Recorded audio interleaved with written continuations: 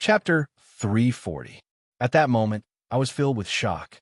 It wasn't because he had easily blocked my attack, nor was it because he had recognized my identity, but it was because he had seen through my shaman energy right away, just like how Dan Feng and Lu Chengping didn't notice when I used shaman energy.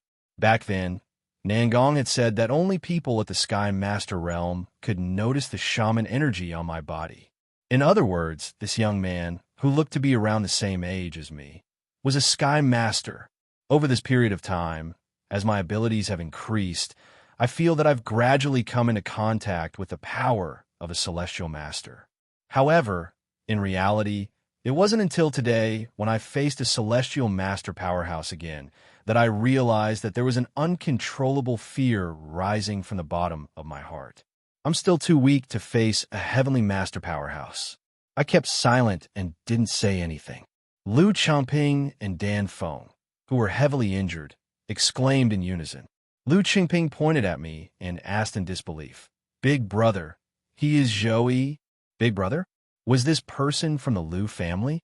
I heard Lu Zifeng say that in the second generation of the Lu family, Lu Ziang's eldest son, Lu Qingyi, was also a Sky Master. Could this extremely young Sky Master be Lu Qingyi? I vaguely remembered that Lu Zhenyang was the eldest son of the eldest son of the Lu family. In other words, this person was Lu Zhenyang's father? My expression darkened as I raised my head to look at the young Heaven's Master expert carefully. His expression was still calm as he nodded at Lu Qingping. He waved his right hand, and an unstoppable power enveloped my head. I was shocked and quickly used the energy in my body to resist. However, when I came back to my senses, the power had already disappeared. I quickly lowered my head to check on my body. Before I noticed anything wrong, Dan Feng and Lu Chengping exclaimed, and their gazes towards me changed. Only then did I realize that my appearance had returned to normal. The effects of the E-Ink Pearl had disappeared. It should have been caused by that young Sky Master waving his hand. This mysterious method shocked me even more. I stared at the young Sky Master and secretly held the silver talisman that I had left at the Metaphysics Society in my hand. I knew very well that even with this extraordinary silver talisman, it was impossible for me to escape from a Celestial Master, especially a Celestial Master who had killed my son. However, facing Lu Zhenyang's father, this silver talisman was the only method I could use to struggle. Apart from this, I was afraid that I wouldn't be able to struggle at all. After recognizing that he was Lu Zhenyang's father, I didn't have any thoughts of escaping anymore. Lu Qingyi's gaze finally turned to me. There didn't seem to be any anger in his calm eyes. He only said faintly, "Before coming to Shenzhen, I was still hesitating whether or not to find you. I didn't think that I would meet you on my first day in Shenzhen."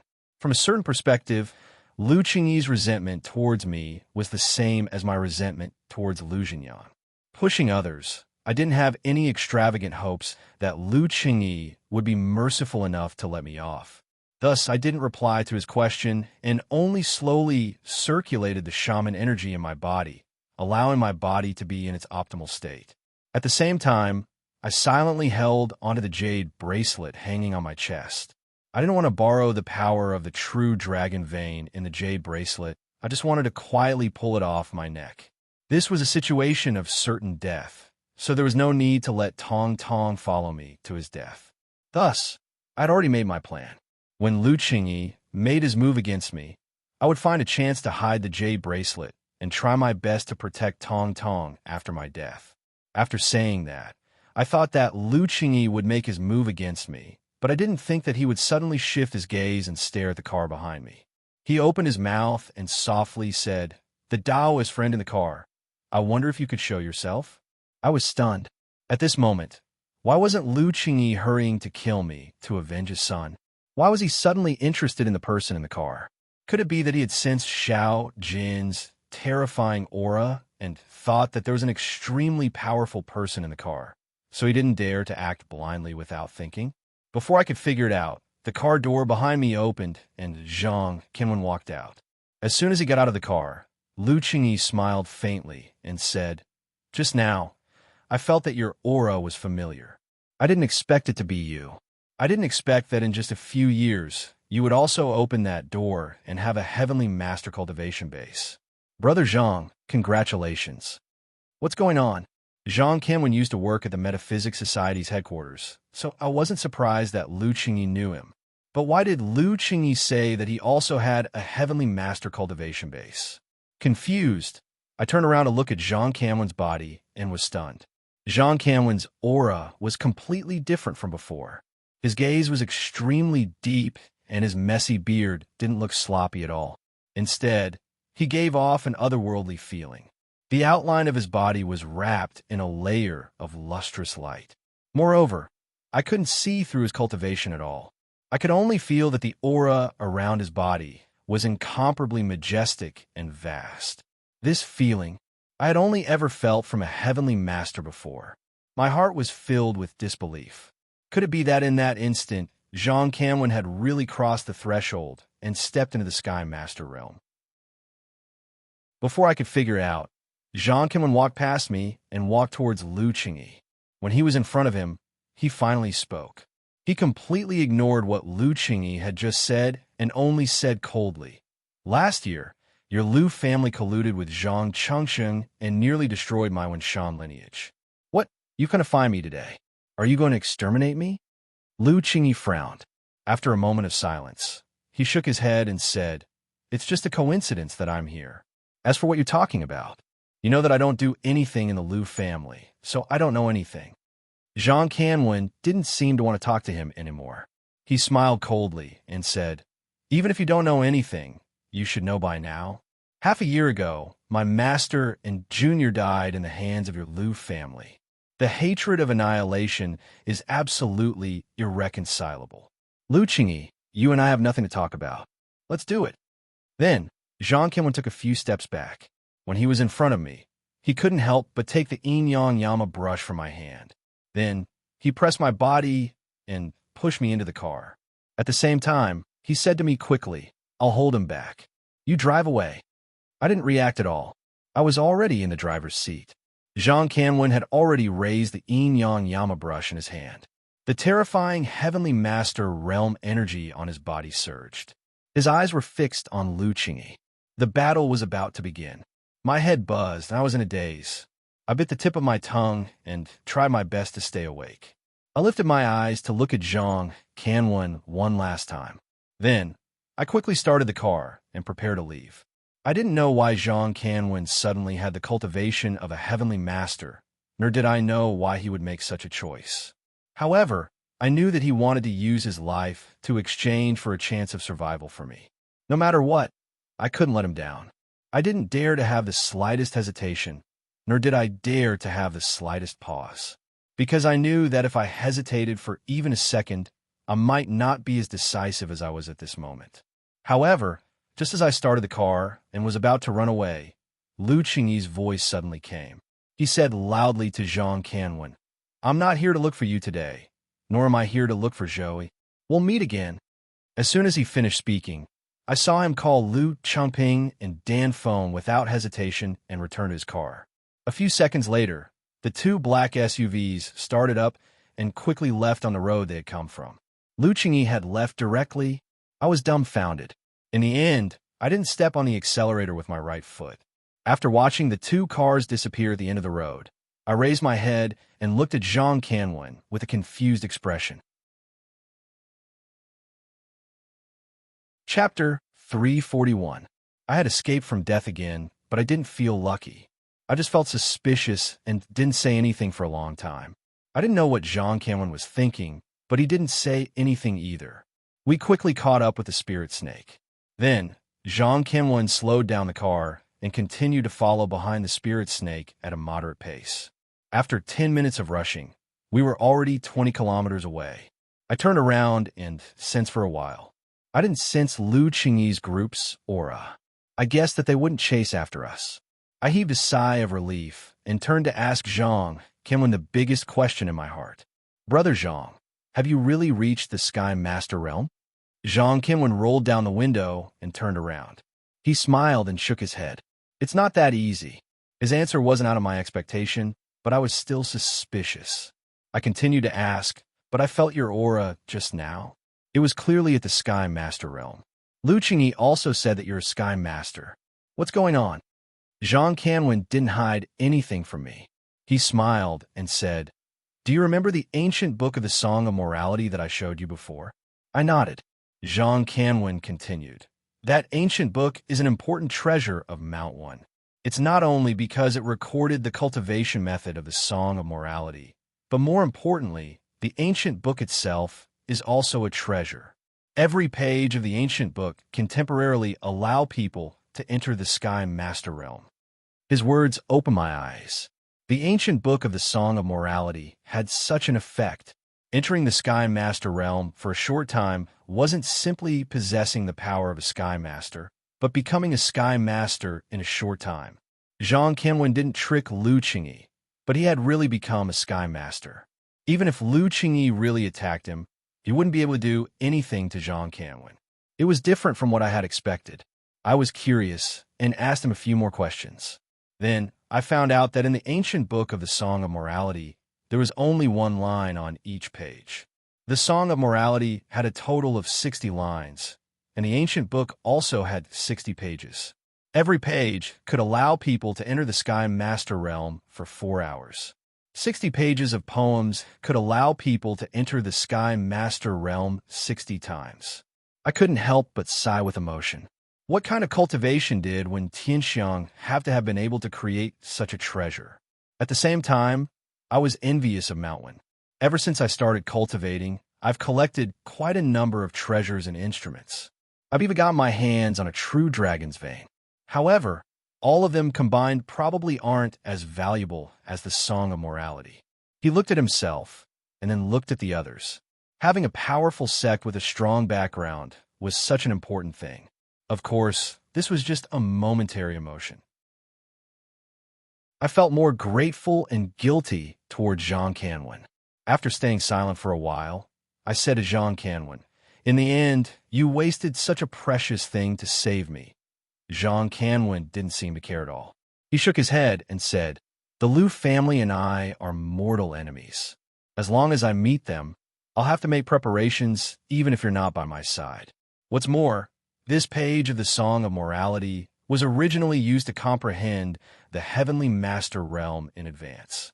These few days, my cultivation has temporarily hit a bottleneck, and I've been thinking about when to use this page." It was obvious that he was trying to comfort me, but I didn't say anything. I just smiled and didn't say anything. My relationship with Zhang Canwen, or rather, with Wen Shan's lineage, was extremely deep. Regardless of today's events, our fates were already tightly linked. There is indeed no need for too many words of gratitude. If the roles were reversed today, I would do everything that Zhang Canwen did without hesitation. After figuring out the mystery, I suddenly remembered what Lu Qingyi said.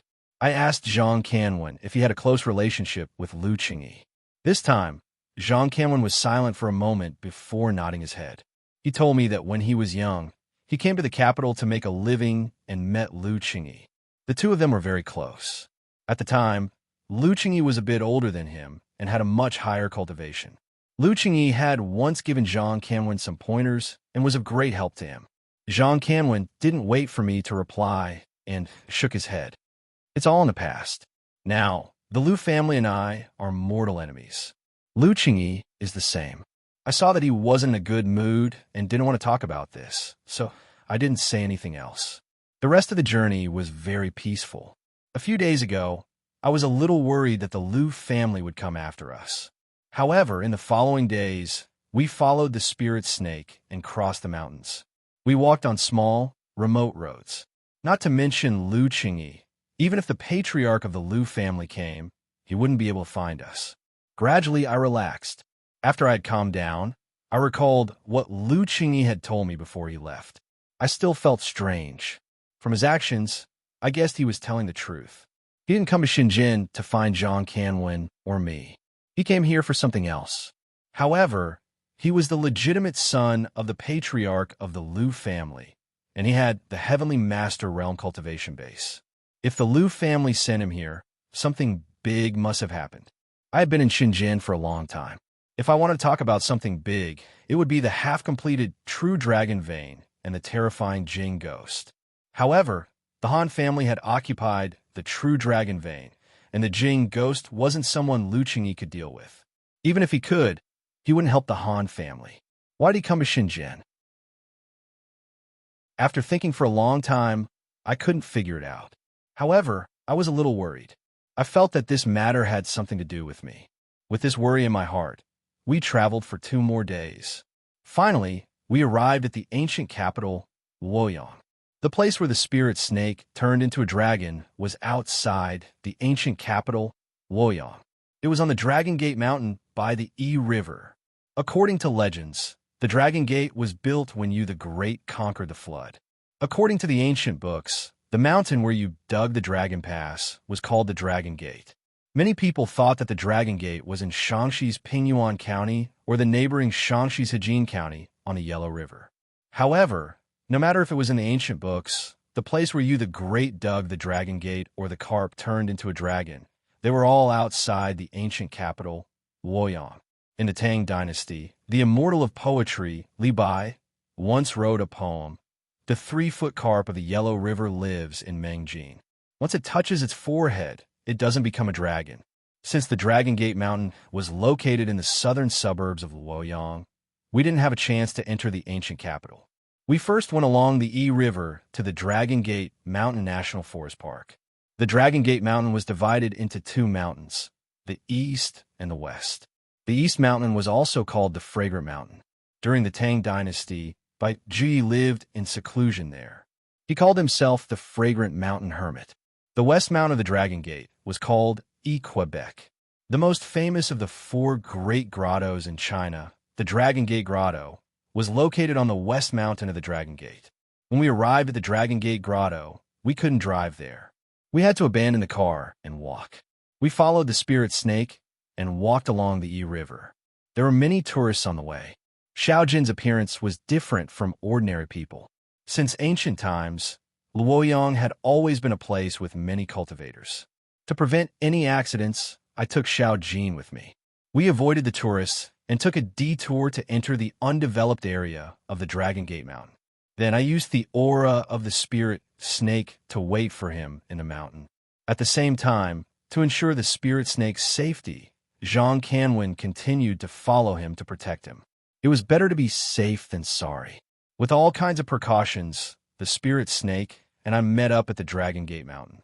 Then we continued to go to the Dragon Gate Mountain. Along the way, the serpent spirit had been advancing along the Yi River. When they arrived at Dragon Gate Mountain, the Yi River also branched out into a tributary that circled around Dragon Gate Mountain and flowed upward, forming a small lake halfway up the mountain. In the ancient legend of the carp transforming into a dragon, the Yi River was blocked by the Dragon Gate Mountain. It formed a big lake at the foot of the mountain.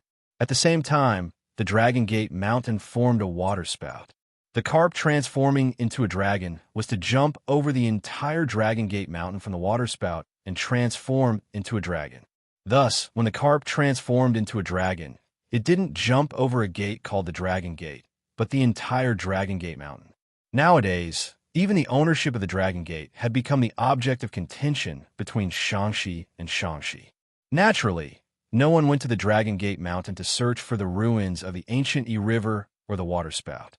If I were to search for it now, it would be impossible for me to find it on this barren mountain. However, the serpent spirit seemed to be able to sense it. It led us along the tributary of the Yi River and arrived at the lake halfway up the mountain. The serpent spirit had no intention of stopping to rest at all. It continued to move forward, and this time, it did not continue to float in the air. Instead, it landed in the small lake. It had been maintaining a steady speed along the way, and finally, there was a change. The serpent spirit seemed to have finally woken up. It swung its tail at an extremely fast speed in the lake. It did not use its yin qi. Instead, it seemed to be relying purely on its physical strength. It turned into a black stream of light and rushed toward the steep and exposed rock wall on the other side of the lake. Chapter 342. There were many thresholds on the path of cultivation. For example, the dragon-seeking and acupuncture points realm or the glorious knowledge realm. Every small realm was also a threshold. In the face of these thresholds, every cultivator had to put in a lot of effort in order to be lucky enough to cross over. And all the previous thresholds added up together were not as high as the threshold to advance to the heavenly master realm. Actually, it was not too appropriate to say that. To be more precise, all the thresholds added up together were not even 1/10,000th of the threshold to the heavenly master realm. It was even more so for spirits and monsters. There were two types of heavenly masters. One was the Yang God Heavenly Master, and the other was the Yin God Heavenly Master.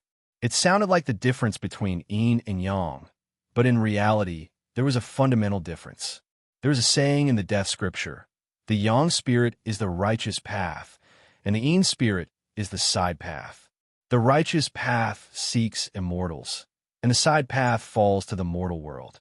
Yin souls like Tong Tong and Red Shadow had already lost their heavenly souls. In this lifetime, they could only condense Yin spirits and become Yin God Heavenly Masters. For humans who were favored by the heavens, once they successfully pushed open the door to the Great Way, they would be able to condense the Yang spirit and become a Yang God Celestial Master. Even if they could not push open the door to the Great Way, as long as they could push open a small gap, they could choose to abandon their physical body and heavenly soul and form a Yin spirit. From this alone, it could be seen that the Yin spirit and the Yang spirit were more than 1,000 miles apart. In the three realms and 6 Tao, other than the Asura in the human world and the evil spirits in the netherworld, there was another Tao called the Beast Tao. In a narrow sense, it referred to the spirits and monsters in the world. Gremlins were different from humans and ghosts. Gremlins were not born with 3 souls like humans, nor were they deprived of their heavenly souls like ghosts. They were born without a heavenly soul. Stupid animals only knew how to muddle through, but intelligent gremlins knew how to imitate humans and cultivate arduously. However, their cultivation was not to pursue the great Tao, but to pursue perfection. They sought perfection, and that was the perfection of their 3 souls. To these beasts, they were born with abilities that surpassed ordinary people. After the 3 souls were perfected, their abilities were greatly enhanced, and their strength was no weaker than that of humans. More importantly, after completing the 3 souls, they would no longer be animals, but humans. In a sense, becoming an adult was the beginning of spiritual cultivation. Only by becoming an adult could one talk about the great Tao. For the serpent spirit, transforming into a dragon was the process of becoming an adult. In the beginning, when the spirit snake had told me about the dragon transformation, it had specifically told me that the process of dragon transformation was to break through the shackles of heaven and earth. Whether it succeeded or not, it would be decided by the laws of heaven and earth. Outsiders couldn't help him, and he could only rely on himself. If others rashly interfered, then not only would it be of no benefit to him, it would also be easy for him to incur the wrath of the heavens. That's why I came with him on this trip, just to escort him on the road and to be a witness. At this moment, the serpent spirit was heading toward Quebec. I didn't have the thought of helping him. I just brought Jean Canwin and Xiao Jean to the lake and found a high mountain wall. I sat down and observed while praying for the serpent spirit's blessings. The speed of the snake spirit was getting faster and faster. When it neared the mountain wall, its body had already turned into a black stream of light. According to my original plan, the spirit serpent should be like an airplane, speeding along the runway until it reached a critical speed. Then it would raise its head and soar into the sky, crossing over Mount Quebec. However, the spirit serpent didn't do that. It seemed it hadn't woken up from its stupor. Its speed was as fast as light. When it reached the mountain wall, it didn't raise its head. Instead, it lowered its head and bumped into the mountain wall. I furrowed my eyebrows and resisted the urge to ask. I asked Jean Canwin, who was beside me, but I didn't get an answer. I could only helplessly continue to watch. The spirit serpent didn't do anything surprising. It directly bumped into the mountain wall. Since it was an ethereal soul, its body wouldn't shatter. However, What happened next was beyond my expectation. After the spirit serpent hit the mountain wall, it didn't shatter. Instead, it bounced back at a faster speed. It looked like an old tree that had struck a bell. At the same time, the mountain wall reverberated with a loud bell ring. The sound was so loud that it was scary.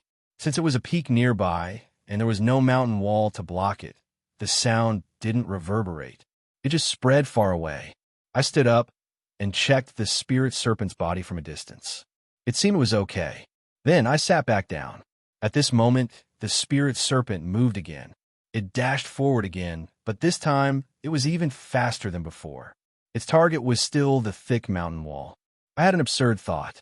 Did the spirit serpent not want to cross the Dragon Gate Mountain, but to break it? As soon as I had this thought, I used my eyes to measure the tall peak of the Dragon Gate Mountain. The rock wall that came out of the lake was less than 500 meters high. The solitary peak was flat. The side facing us was a flat rock wall, while the other side was an elliptical rock wall. The thickness of the central part was almost 100 meters. After measuring the thickness of the mountain wall, I wasn't optimistic about the spirit serpent's chances. Not to mention him. Even if the heavenly master of the Han family and Yin Nantian joined hands, they wouldn't be able to break this mountain wall. The spirit serpent had flown all the way here. At this moment, it would be more realistic to fly 500 meters above the mountain wall. The spirit snake obviously did not think so. It hit the mountain wall for the second time.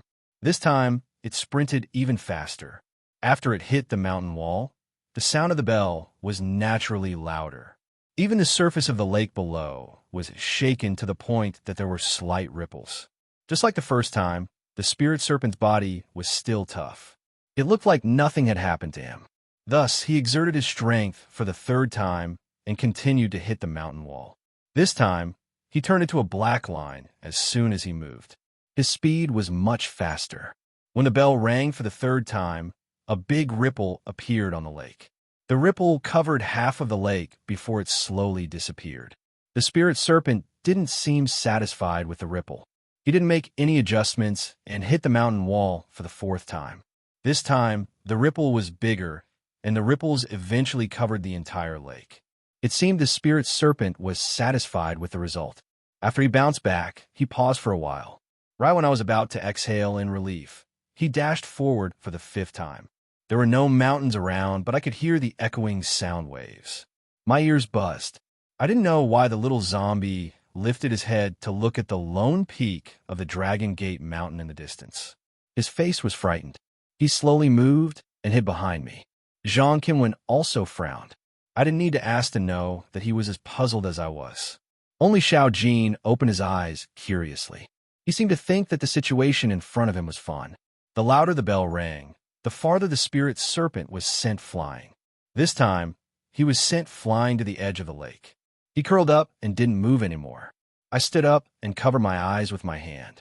After a long time, I confirmed that the spirit serpent's body hadn't collapsed yet. A few minutes later, the spirit serpent moved again. Looking at his fiercely swaying tail, I knew he wasn't going to do anything new this time. He was going to hit the mountain wall for the sixth time.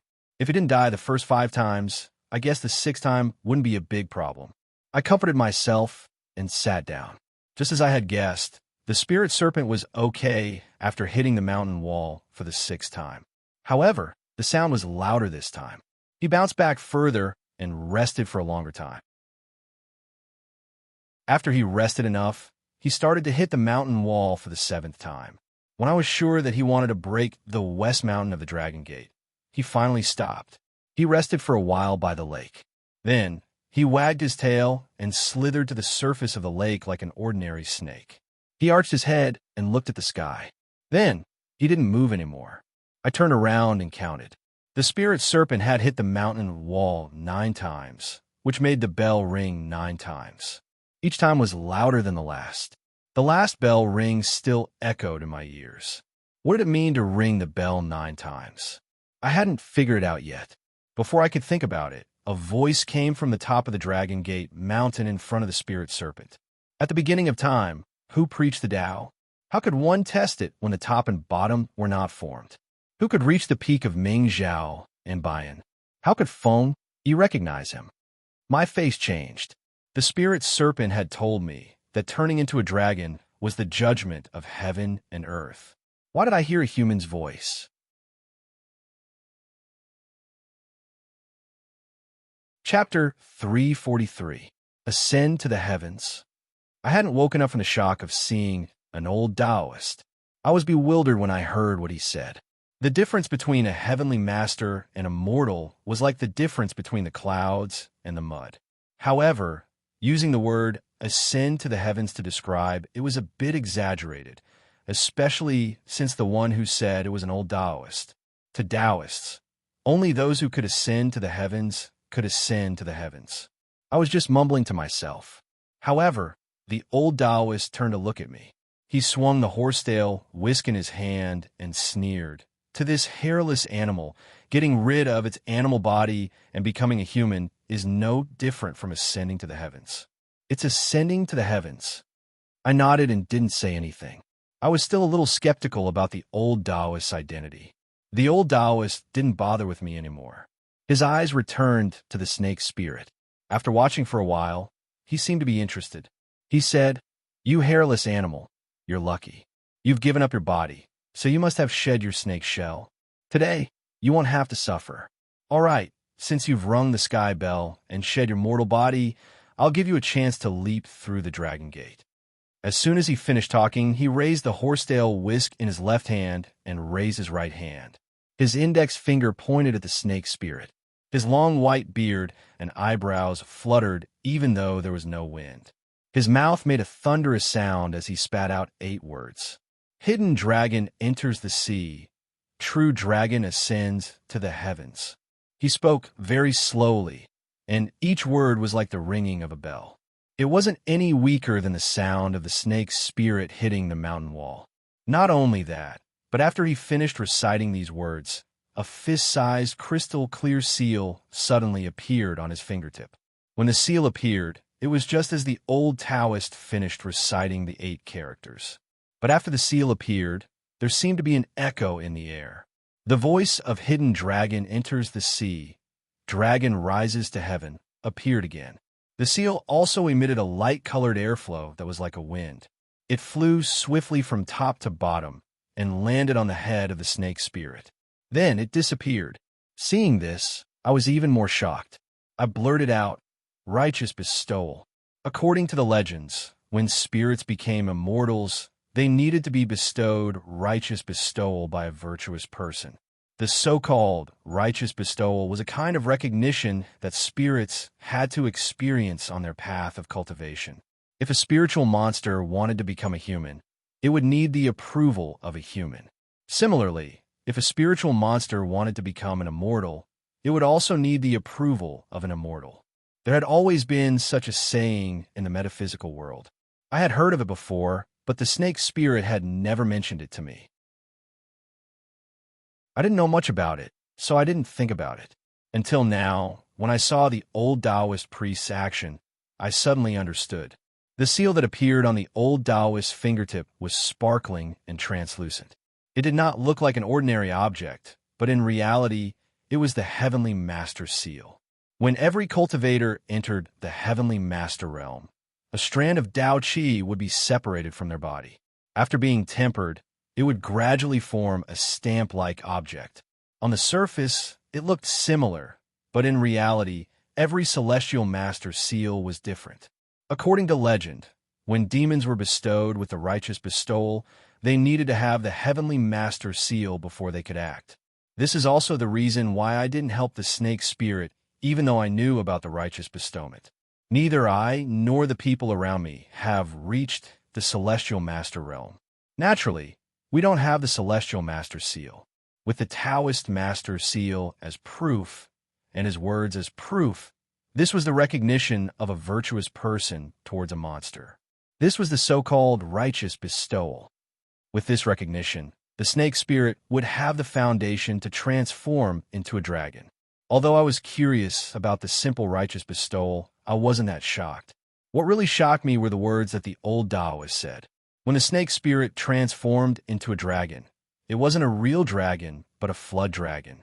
A flood dragon wasn't a real dragon. To put it nicely, it was just a hidden dragon.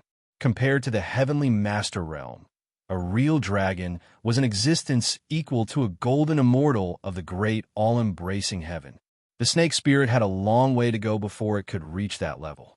Thus, for the old Taoist to grant it the righteous bestowal, the words hidden dragon descends to the sea were enough.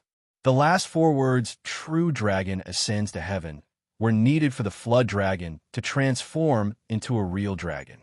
The flood dragon needed the righteous bestowal from an immortal to have an effect. Let's not talk about whether the snake spirit needed the last 4 words to grant it the righteous bestowal or not. This old Taoist just talked about a real dragon. Could he be a true immortal? The old Taoist had suddenly appeared in the dragon transformation ceremony that required heaven and earth's judgment. It was really mysterious. From this point, he seemed to be a true immortal that could use the judgment power on behalf of heaven and earth. However, after thinking about it for a while, I rejected this thought. I didn't care about anything else. Just by looking at the heavenly master seal in his hand, I knew he wasn't an immortal. Since he had the heavenly master seal, he was just a heavenly master. I didn't know the cultivation base of an immortal, but status and power always complemented each other. This was the truth of the world.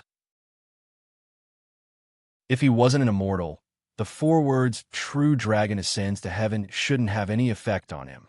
I didn't know why he had added the extra words. I was puzzled, so I lowered my voice and discussed with Jean Canwan. Jean Canwan was from Mount One, and he had a 1,000-year inheritance. He knew more about these things. After listening to him, I knew that the extra words were actually a good karma that the old Taoist had formed with the snake spirit.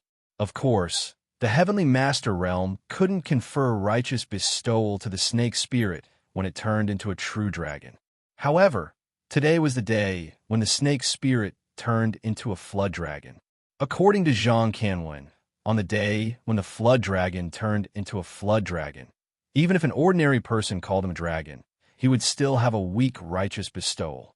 Although the extra words the old Taoist had said couldn't really confer righteous bestowal to the snake spirit, they could still help him in his future journey. Of course, the old Taoist wasn't just being kind. In fact, conferring righteous bestowal to either a snake or a flood dragon would bring him a great fortune.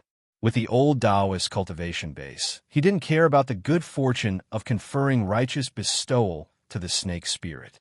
However, conferring righteous bestowal to the flood dragon would bring him extraordinary fortune. With the extra words he had said today, if the snake spirit had a chance to turn into a true dragon and ascend to heaven, the old Taoist would be able to receive good karma. After understanding this, I felt happy. It wasn't because the old Taoist had shown his kindness to the snake spirit. It was because the old Taoist's friendly attitude proved that he was optimistic about the snake spirit's success in transforming into a flood dragon. Otherwise, the old Taoist wouldn't have needed to waste his energy on a snake spirit that he didn't think highly of. This discovery made me relax a lot. I was interested to see what the snake spirit would do next. After the power of conferring righteous bestowal fell on the snake spirit's head, it seemed it couldn't digest it.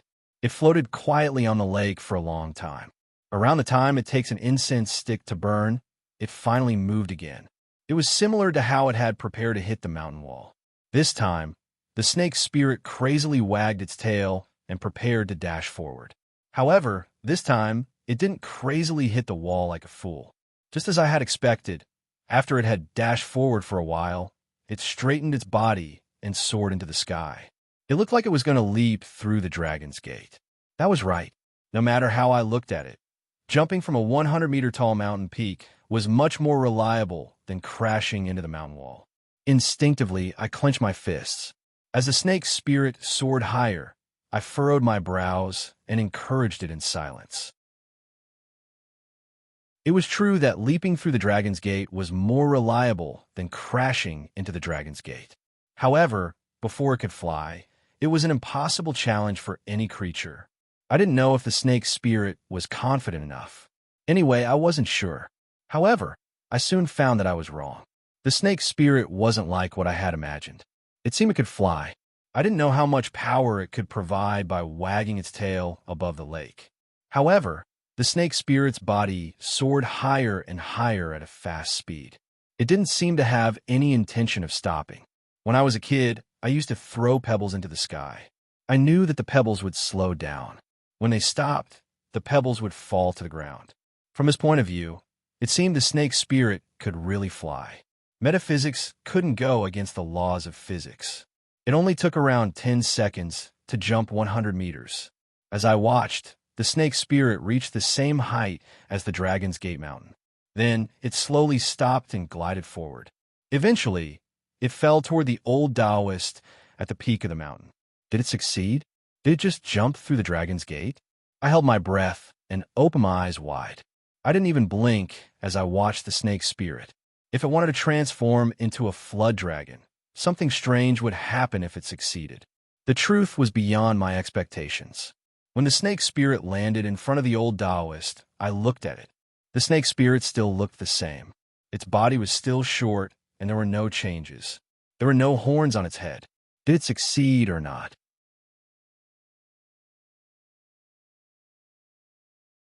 Chapter 344. If a person wanted to express something, it was best to say it out loud.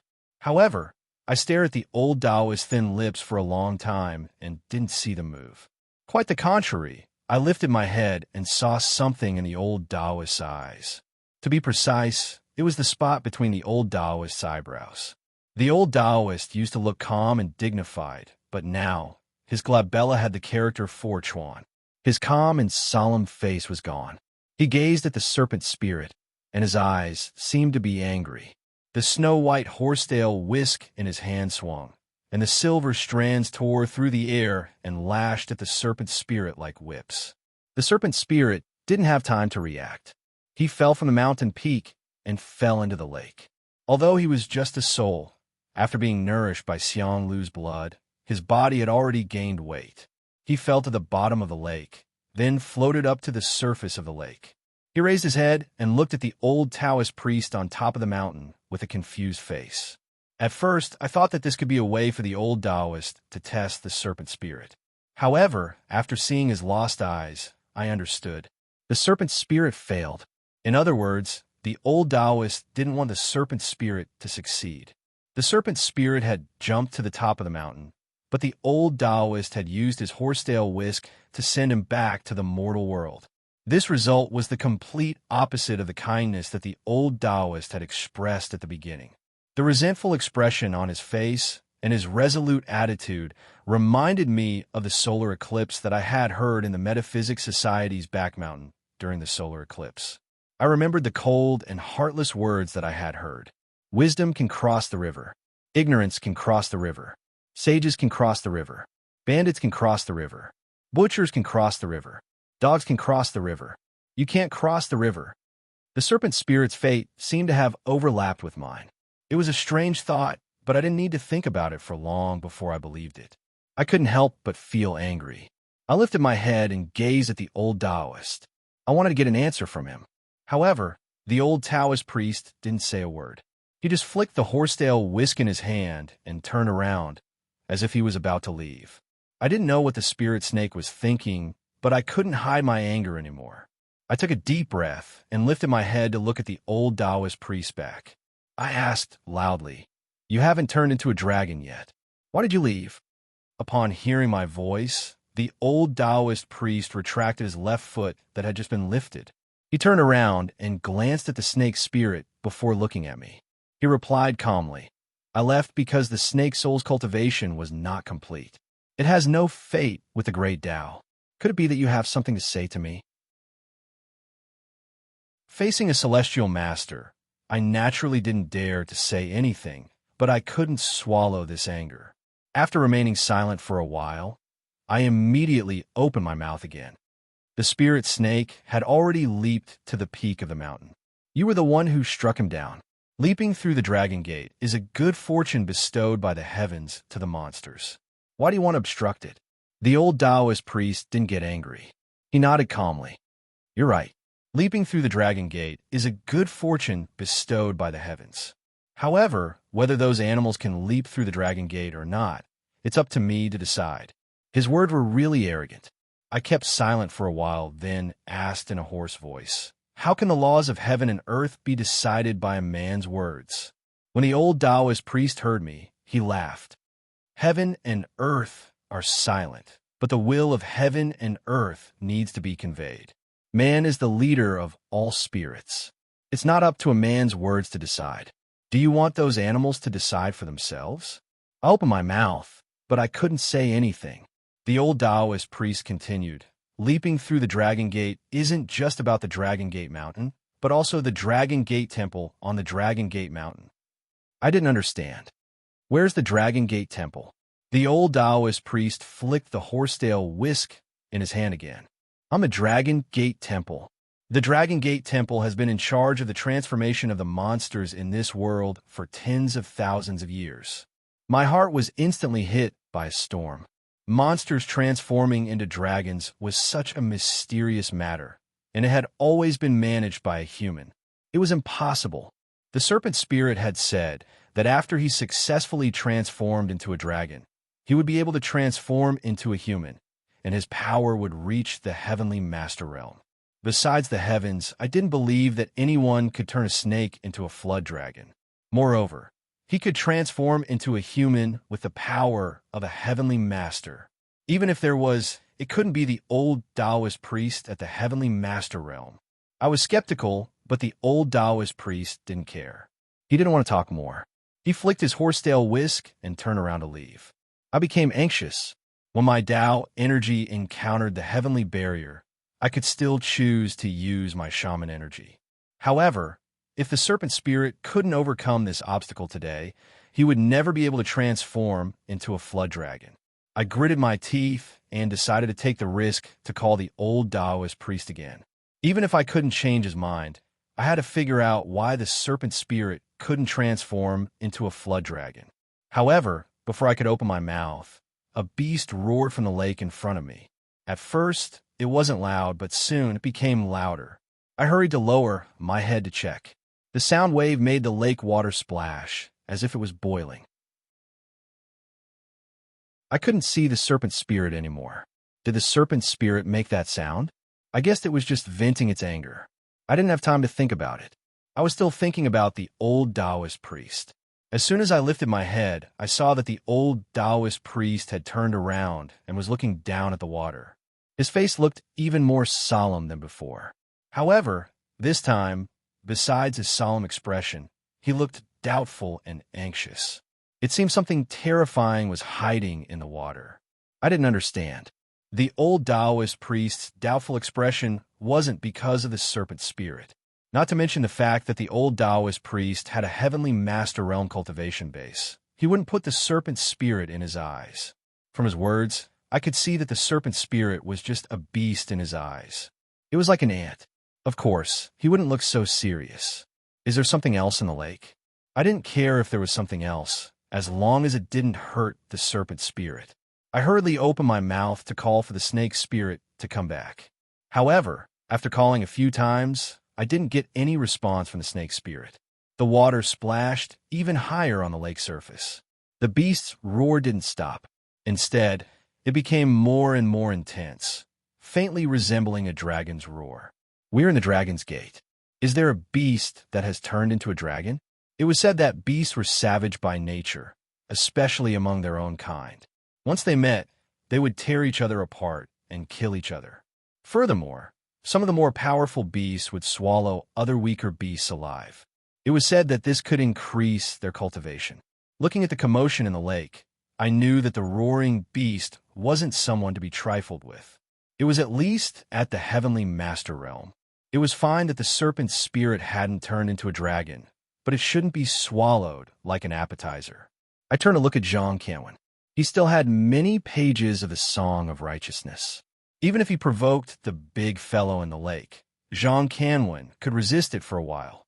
I gritted my teeth and didn't dare to use my shaman energy in front of the old Taoist. I took out the Yin and Yang Yama brush and used my Tao energy. Then I waved my hand and a flow of Tao energy flew out like a fan. It cut the splashing water on the lake's surface, revealing the situation underneath. I focused and saw that it wasn't much different from what I had imagined. There was a giant black python lying on the surface of the lake. From a short horn on the python's forehead, it wasn't appropriate to call a python. It should be called a flood dragon. The lake at the foot of the Dragon's Gate Mountain was located halfway up the mountain. There were no glaciers on the mountain, so it didn't cover a large area. It was a bit exaggerated to call a lake. It was more appropriate to call a pool. The black flood dragon's body was huge. Its body was still entrenched in the water, and it had almost filled the entire pool. It was still roaring and didn't care about my action of cutting the water. It didn't care about me, so naturally I didn't care about it. I quickly looked around, wanting to fish the serpent spirit out. I was at the middle stage of the glorious memory realm, so my spirit sense was abnormally sharp. Not to mention the small pool in front of me. Even if it was a large lake, as long as the location was suitable, I would be able to search through it in a few seconds. I wouldn't miss anything. However, what was weird was that after I scanned the surface of the lake, apart from the black flood dragon, there wasn't anything else in the lake. I couldn't find the serpent spirit anywhere. Could it be that the serpent spirit had been swallowed by the black flood dragon? I shook my head and rejected that thought. Although the serpent spirit didn't show itself normally, it wasn't an ordinary being. I could understand that it couldn't defeat the flood dragon, but it was impossible for it to be swallowed without making a sound.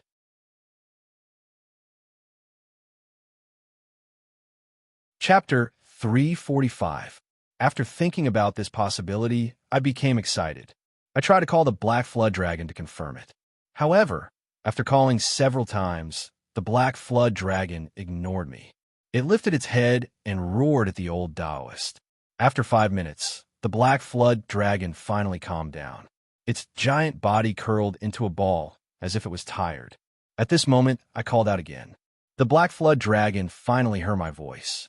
It turned its head and looked at me with its 2 large black eyes. It seemed to be at a loss. Looking at its eyes, I confirmed that it was the serpent spirit. When Nan Gong brought the serpent spirit back to me on Mount Huangguan, the serpent spirit's body had changed greatly. It had turned into a small snake. It was said that the old witch from Yunnan had fed it a venomous insect spirit to help it shed its snake body. However, before that, the serpent spirit was a big black snake. Every time it looked at me, it looked exactly the same. It gave me a strong sense of familiarity. However, when I saw the serpent spirit's blank face, I was a little nervous. Fortunately, after a few seconds, the blank look in the serpent spirit's eyes disappeared. It looked happy. It craned its head from a distance and came close to me, rubbing its head against my body. I could finally relax. It seemed the transformation didn't affect the serpent spirit too much. At least, its memory hadn't changed. It still remembered who I was. While I was feeling happy, the serpent spirit lifted its head one more time. Its coiled body spread out, and its tail propped itself on the water surface. Its giant body stood on its hind legs, and it was as tall as the Dragon Gate Mountain. Its big head looked at the old Taoist on the mountain peak. Its red mouth parted, but it didn't bite. Instead, it quacked like a duck. "Old ox, your grandpa's snake." "No, your grandpa dragon was born to be a dragon." "You damn ox, you dared hit your grandpa dragon off the mountain." "Ha ha, so what? Didn't your grandpa dragon successfully transform into a dragon? If you have the guts, why don't you hit your grandpa dragon again?" "Hit me, hit me." This fellow had become a flood dragon, but his cheap temper did not change. As he spoke, he even moved his big head closer to the old Taoist at the top of the mountain, looking like he was not stingy at all. I understood how he felt. What he had been pursuing his whole life was denied by someone else. That kind of resentment. At this moment, he was just complaining a little. It was already kind. If it were me, I might even want to destroy the entire Taoist master sect. However, the snake spirit had just successfully transformed into a dragon, so its strength was probably not a match for the old Taoist. It would be troublesome if the old Taoist really made a move on it with such an arrogant look. I was worried, but the old Taoist didn't seem to hear me. Although he was looking at the snake, his mind wasn't there. The snake spirit scolded him for a long time, but the old Taoist didn't budge. Perhaps he felt bored. Eventually, the snake spirit let go of the old Taoist. It left the lake and went to the shore. Then it lay down next to Zhang Kanwan and me. At this moment, the Taoist at the top of the mountain sighed. His eyes moved away from the snake spirit and lowered his head to look at his right hand. Then he lifted his head to look at the empty sky. He said, I thought that if an animal could transform into a dragon, it would have to go through my dragon point brush. I didn't expect that all living things would have their own destiny. However, if the heavens didn't allow it, how could it have such a destiny? I lifted my head to look. The Taoist was holding a scarlet wolf hairbrush that was half a foot long in his right hand. It looked similar to the Inyang Yama brush in my hand. From what he said, it should be the dragon point brush. Could it be that the Taoist said that he could control the animals in this world and turn them into dragons through this scarlet dragon point brush? While I was thinking, the Taoist waved the horsetail whisk in his left hand and put away the dragon point brush. The puzzled expression on his face disappeared a little, and he sighed again. Forget it. If you're not in the right position, you don't need to worry about the right things. You little snake, since you have such a destiny, I'll help you. You just need to remember that after you transform into a dragon, you need to control the evil energy in your heart. You need to calm your mind and cultivate to reach the great path. If you run amok and cause trouble in this world, the dragon point brush in my hand will be enough to send you to the mortal world. At first, he sighed with emotion, but later he stared at the snake spirit and scolded it. The snake spirit was a clever fellow. Just now it was angry and cursing. However, when it saw the Taoist's stern face, it lowered its head and didn't say a word. It made people feel that it was very respectful. However, the Taoist didn't want it to answer. After scolding it, he turned around and floated away. His figure disappeared from a mountain peak. After he left, the snake spirit lifted its head and laughed. Then, it said excitedly to Zhang, Kanwan, and me with its hoarse voice, I succeeded in transforming into a dragon. Haha, I succeeded in transforming into a dragon. Zhang Kanwan didn't have much contact with the snake spirit. When he saw the snake spirit's unrestrained appearance, he was surprised and looked at me. I angrily reached out and patted the snake spirit's head. All right, I know you succeeded in transforming into a dragon. It's strange. Although you used to be annoying, your voice wasn't that bad. Why do you sound like a duck quacking now? When the snake spirit heard my analogy, it got angry. Who quacked like a duck? Who quacked like a duck? Grandpa Snake. No, Grandpa Dragon. It's because I've reconstructed my body. I'm not familiar with the structure of my body yet. Even so, Grandpa Dragon's voice is a dragon's roar. How can it be a duck's quacking? I relaxed after he successfully transformed into a dragon. I found it funny. Just as I was about to joke with him, I suddenly remembered that he was talking about reconstructing his body. I quickly lifted my head and looked at his 100-meter-long body. Then I extended my hand and pressed on his body.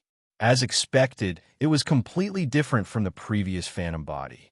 The snake spirit's current body was real. I couldn't stay calm anymore. You really reconstructed your body, but you're so big now. How are you going to follow me? If I bring you along, I'm afraid I'll scare a lot of people. When the snake spirit heard that, his huge snake face was filled with disdain. He immediately said, Snake, Grandpa Dragon will teach you a lesson. Watch carefully. As soon as he said that, the fellow's huge body disappeared. I lowered my head to take a look and discovered that he had actually turned into a small snake that was as thick as a chopstick. He looked much more exquisite, especially the horn on his head that had just started to bulge out, making him look rather cute. However, his voice didn't change much. It was still the same quacking of a duck. He chuckled and said, Changing size is just a common divine power. You're someone who's about to become a heaven master, but you're so shallow. I gritted my teeth. Today was his big day of transforming into a dragon. I let him be smug for a while. I better not call Tong Tong out. The snake spirit didn't have any intention of restraining himself. He leaped up and landed on my shoulder. He pointed his tail at my back and said, Plus, don't you have the ink dragon drawing on your back? I can still possess you. I don't know what you're worried about. Then his body sank down and he disappeared on my shoulder. At the same time, his hoarse voice appeared in my head again. "All right, Grandpa Dragon is tired. Go do whatever you need to do. Grandpa Dragon wants to rest for a while." With that, his voice disappeared completely, as if he had gone to sleep. I wanted to ask him if he had comprehended any new divine powers after transforming into a dragon, but seeing how tired he was, I let him rest. Jean Canwin and I didn't stay for long. After we left the mountain, we headed in the direction of Anyang. It was only a 1 to 2 days journey from Luoyang to Anyang. Since there was still some time before the spring sacrifice, we weren't in a hurry. We stayed in Luoyang City that night. The next morning, the snake spirit seemed to have rested enough and recovered his energy. He jumped out of the ink dragon drawing and excitedly demonstrated the new divine power that he had obtained after transforming into a flood dragon. I took a look. He could only spit out a black flame. Since his cultivation was still low, the power of the black flame was very ordinary. There wasn't anything surprising about it. However, the snake spirit had said that after transforming into a flood dragon, one's power wouldn't be increased overnight. Instead, he would slowly comprehend more divine powers. I nodded and didn't ask anything else. Instead, I told him about what had happened yesterday. I had a question in my heart. The old Taoist who claimed to be from the Dragon Gate Temple was telling the truth. It seemed that he was in charge of beasts transforming into dragons. However, the snake spirit was the same as when I was in glory of consciousness. He hadn't gotten the old Taoist's approval, but he had succeeded in transforming into a flood dragon. Not only was the old Taoist confused, but even I couldn't understand it. After asking the snake spirit, he didn't seem to care at all. He waved his hand and said, before this, he had already shed his snake body and swallowed the blood of Xiang Lu. A Xiang Lu is an ancient beast with extraordinary power. Even without the old Taoist's approval, why couldn't he succeed in transforming into a flood dragon?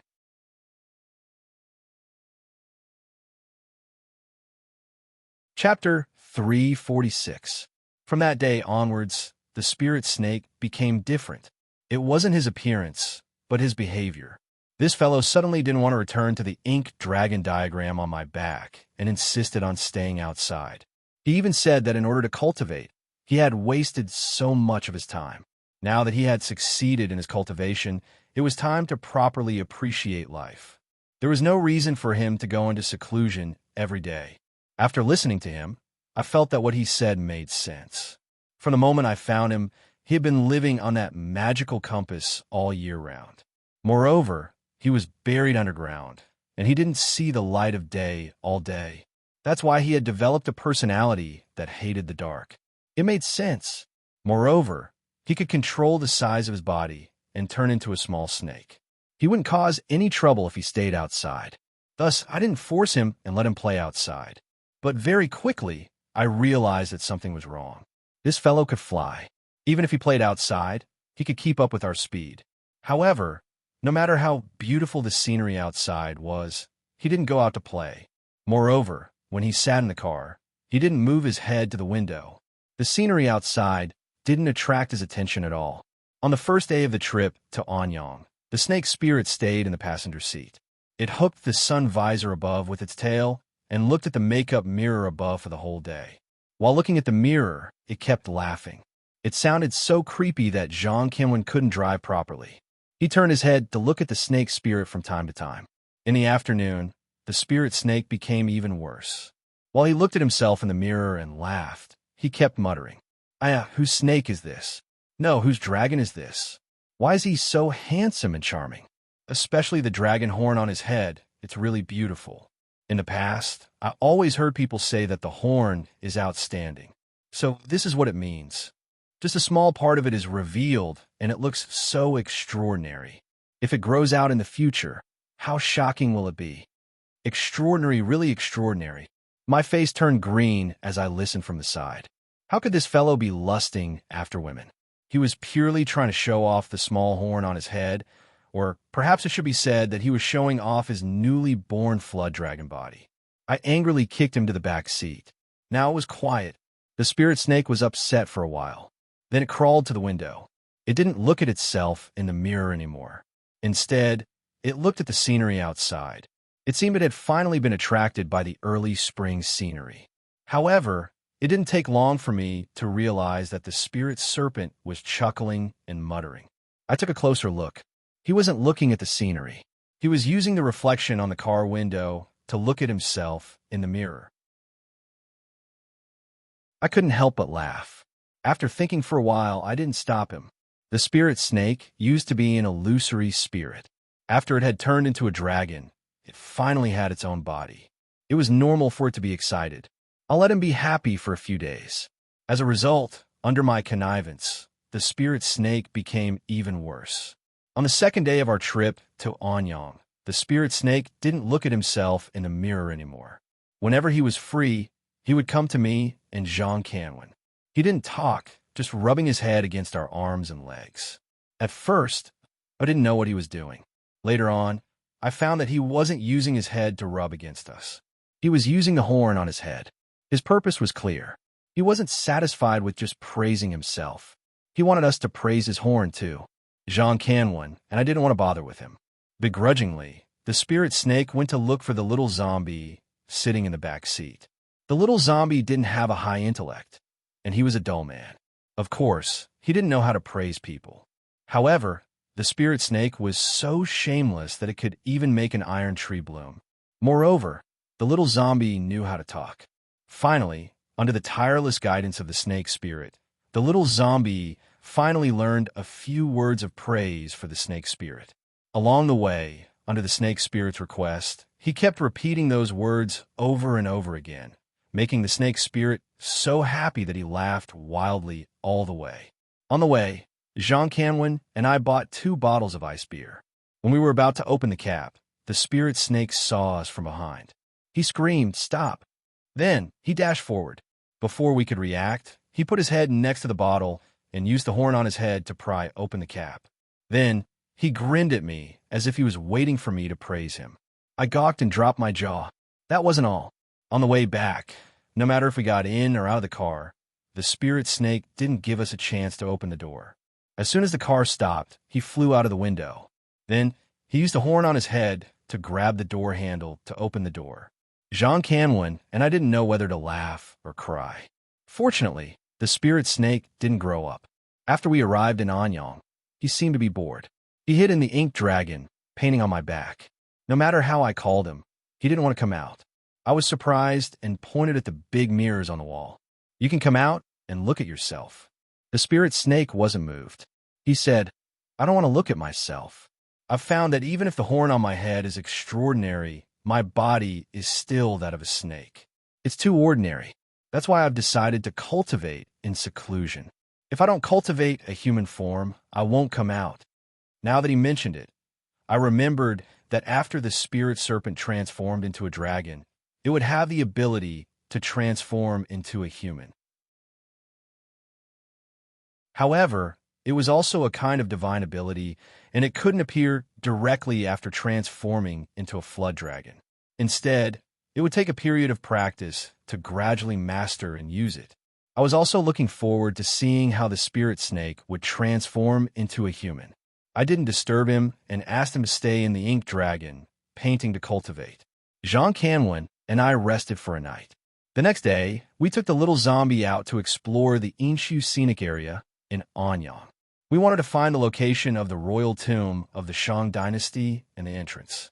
The hotel we stayed in was in the Indu district of Anyang, which was very close to the Inshu scenic area. We arrived shortly after we left the hotel. After buying the tickets, we skimmed through the introduction at the entrance of the scenic area. We found that the Inshu scenic area consisted of 3 parts: the royal tomb of the Shang dynasty, the ancestral temple of the Shang dynasty, and a northern canal city. Jean Canwin and I were elated. The royal tomb of the Shang dynasty was located at the royal tomb of the Shang dynasty. We identified the direction and headed north of the northern canal to the martial officer village. The royal tomb of the Shang dynasty was there. According to the introduction of the scenic area, the royal tomb of the Shang dynasty covered an area of more than 200 mu. It wasn't very big. With Jean Canwin and my abilities, we could easily find the entrance to the royal tomb of the Shang dynasty by walking around the site. In fact, It only took us 1 hour to determine the location of the entrance. Since the spring sacrifice day was still far away, we didn't hurry to check it out. Instead, we stayed in the scenic area and found a hotel with the theme of the Shang dynasty's culture that was very close to the entrance.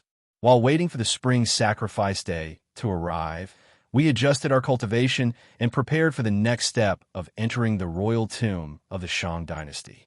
The purpose of our trip this time was to eliminate the ancient well ghost. Needless to say, we knew how dangerous it would be.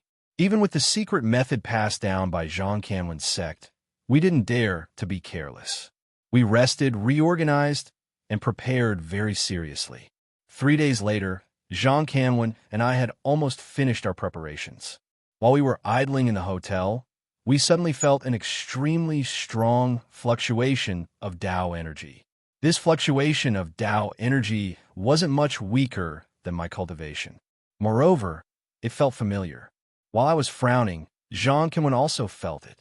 He suggested that we go and check it out. The two of us went to the lobby of the first floor of the hotel. When we looked up, we saw a familiar figure checking in. Seeing this person, I heaved a sigh of relief. However, I still had some doubts. After thinking for a while, I asked Zhang Canwen to stay far away and not be impatient. I walked over and stood behind that person. I asked with a smile, "Brother Han, it's a small world. Why are you here?" That person was Han Wennan. When he heard my voice, he turned around with a surprised face. However, he didn't hurry to explain to me. After checking in, he walked to the chair next to me and sat down. Although the Han family has the true dragon vein in Shenzhen, because of the Shang dynasty's sacrificial altar and the well ghost, they didn't dare to send people there. They only sent 2 elders to monitor the well ghost and think of a solution. Yesterday, the well ghost suddenly got up and left the sacrificial altar, heading north. The Han family didn't dare to neglect it, so they sent Han Wennan to follow the well ghost's aura and come here. After explaining, he told me that the Han family's elders would come here soon. He asked me to be careful and not be discovered. Although I already knew Han Wennan's attitude towards me, I was still glad to hear his reminder. However, the news of the Han family's celestial master's arrival made me anxious. Speaking of which, the Han family's goal was the same as mine. We both wanted to kill the well ghost. However, I understood that the Han family celestial master would never cooperate with me. After all, they belonged to the Metaphysics Society. The reason why they could occupy the true dragon vein in Shenzhen was related to the Metaphysics Society. They wouldn't ignore the Metaphysics Society's order to kill them and work with me. On the contrary, if Zhang Canwen acted alone, he might be able to cooperate with the Han family. Zhang Canwen only had a grudge against the Liu family. He didn't have any conflict with the Han family or the Metaphysics Society. However, the metaphysics world was a world where the strong preyed on the weak. Not only did the Liu family know about Wan Shan's great change, but the Han family also knew about it. If Zhang Canwen rashly cooperated with them, it was hard to say if the Han family wouldn't have any ulterior motives. After all, Wan Shan's origin wasn't ordinary. If the Liu family could find out that Wan Shan's inheritance wasn't ordinary, the Han family, who was even more powerful, should know about it.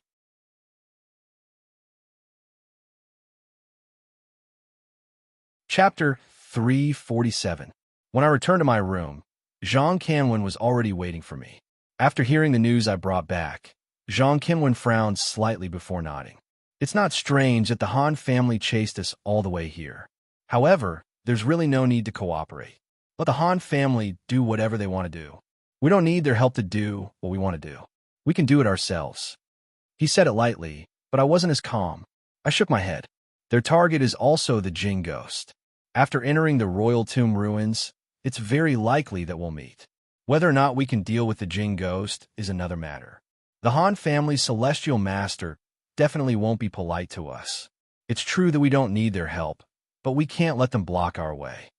Hearing what I said, Zhang Canwen didn't care at all.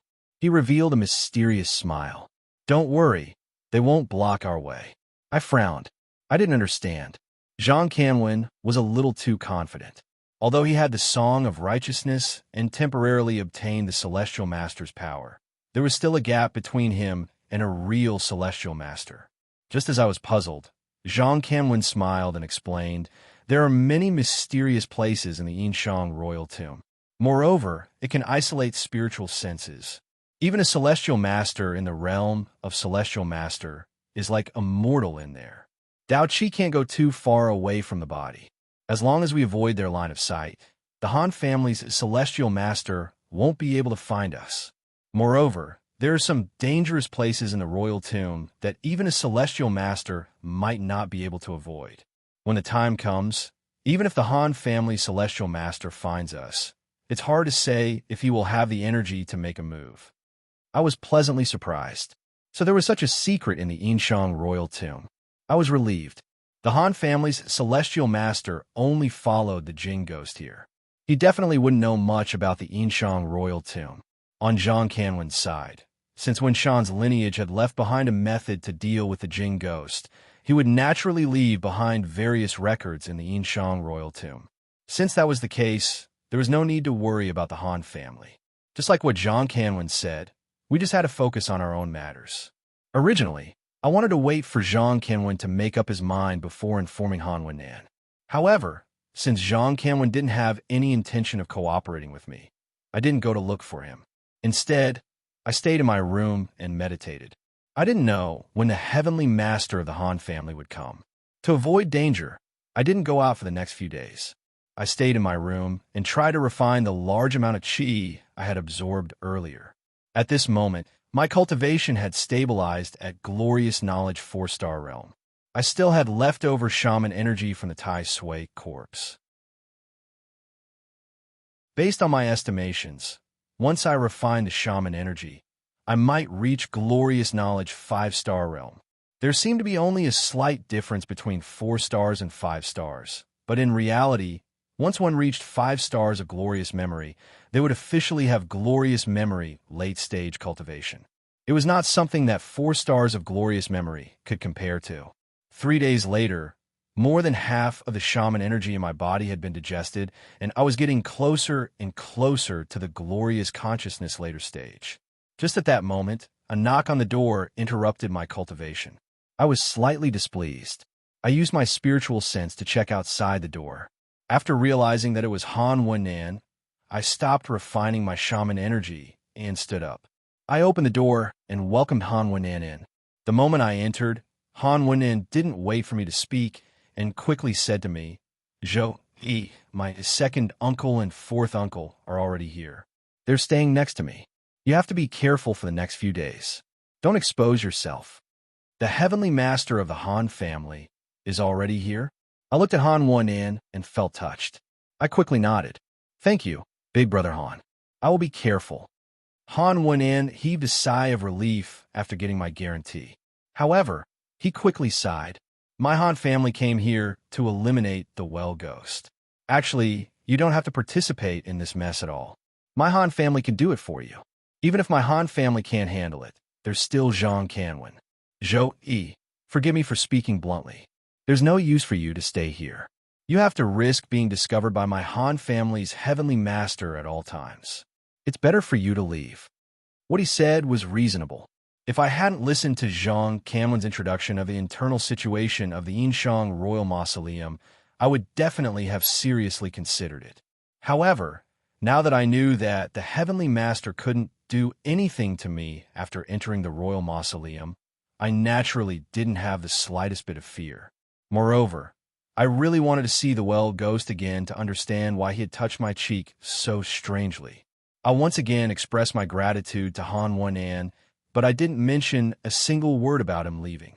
As for the situation within the royal tomb, it involved the secrets of Zhang Kanwen's sect. I thought about it, but in the end, I didn't tell him.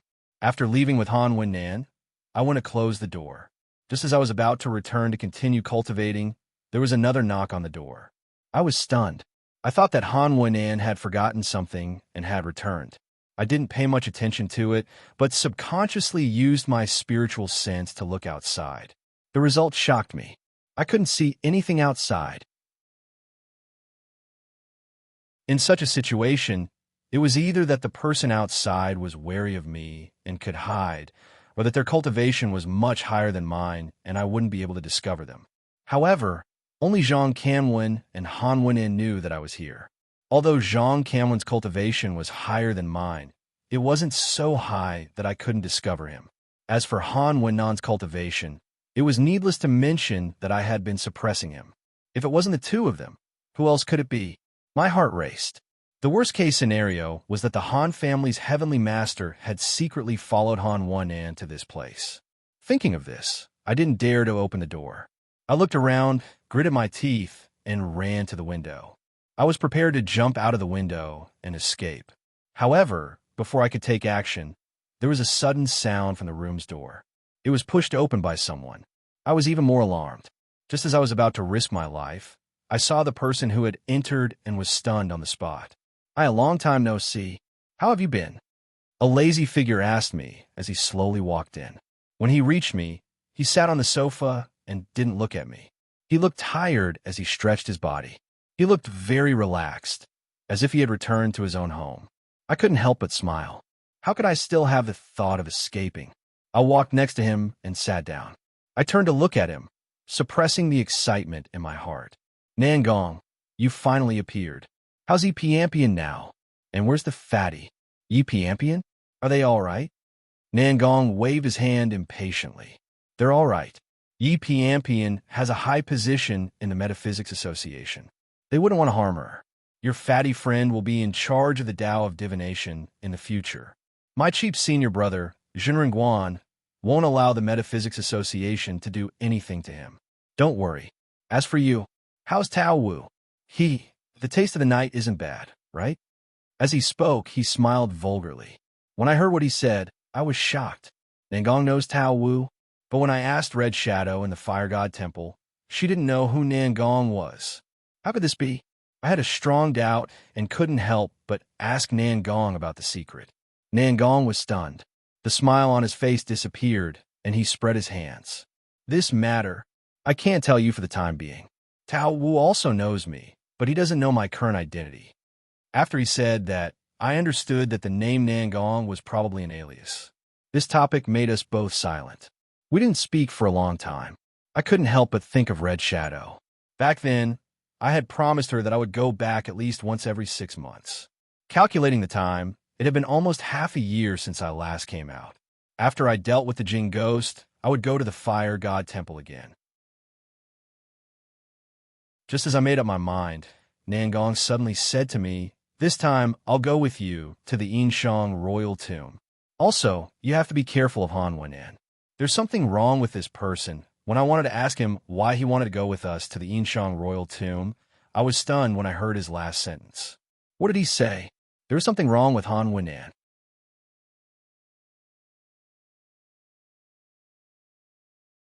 Chapter 348. The first thought that popped in my mind was, that's impossible. How could there be a problem with Han Wenan? Back in the cave in Shenzhen, he didn't want to fight me the first time we met. He didn't kill me, even after being pressured by the heavenly master of the Han family. After that, he cooperated with me to deal with the Jing Gui. When we arrived in Anyang, he even took the initiative to tell me about the heavenly master of the Han family's whereabouts. He told me to be careful. If he wanted to harm me, why would he do all that? If he had secretly informed the Metaphysics Society of my address, I would have perished long ago. He wouldn't have needed to waste so much effort. After thinking for a while, I shook my head and asked Nangong, "What do you mean? What's wrong with Han Wenan?" Nangong stood up from the sofa and spread his hands. He answered irresponsibly, "I don't know. It's just a feeling. Anyway, just be careful. Oh yeah, Yi Piampian asked me to bring you something. Here." Then he took out a cyan handkerchief from his pocket and threw it at me. I was stunned and subconsciously caught it. I lowered my head and smelled a delicate fragrance. I seemed to see that cold and tall figure again. While I was in a daze, Nangong's voice came again. "TSK, TSK. Bayan gave a handkerchief, and Yi Piampian also gave a handkerchief. You're really lucky. Haha." As he said that, he stretched and left my room. Before he left, he told me that he lived next door and that I should look for him if I needed anything. I didn't pay any attention to him. My eyes were glued to the dark blue handkerchief in my hand. After Nangong had left for a long time, I opened the handkerchief and saw a sentence embroidered on it with white silk thread. I only hope that your heart is like mine. I frowned and kept silent for a long time. Then I folded the handkerchief and put it in my pocket. I returned to my bed and sat cross-legged. I steadied my mind and continued to digest the witchcraft energy in my body. But this time, no matter how hard I tried, my cultivation progress was extremely slow. There was an indescribable annoyance in my heart. I might as well stop cultivating and lay down on the bed, preparing to sleep. I closed my eyes and lay there for 4 hours, but I didn't feel sleepy at all. Late at night, I couldn't help but open my eyes. I smiled bitterly and said, I only wish that your heart is like mine. I only wish that your heart is like mine. I only wish that your heart is like mine. I definitely won't let you down. Why bother? It was a quiet night. Early the next morning, I went next door to find Nangong and asked about Yi Piampian's situation. I learned that she was currently on a small island in Penglai, Yintai, Shandong Province. This small island was a secret area of the Metaphysics Society. Normally, it didn't communicate with the outside world. After he said that, I remembered that I had asked Yang Kaichin to help me find information about Yi Piampian. I learned that she was imprisoned by the Metaphysical Society. Moreover, he said that very few people could escape from that place. With that in mind, I quickly asked Nangong for confirmation. Nangong shook his head. It's not really a prison. That place is extremely important to the Metaphysics Association. The people who guard there are isolated from the rest of the world. Very few of them can come out. Yi Piampian has already been arranged to go there. It has nothing to do with you.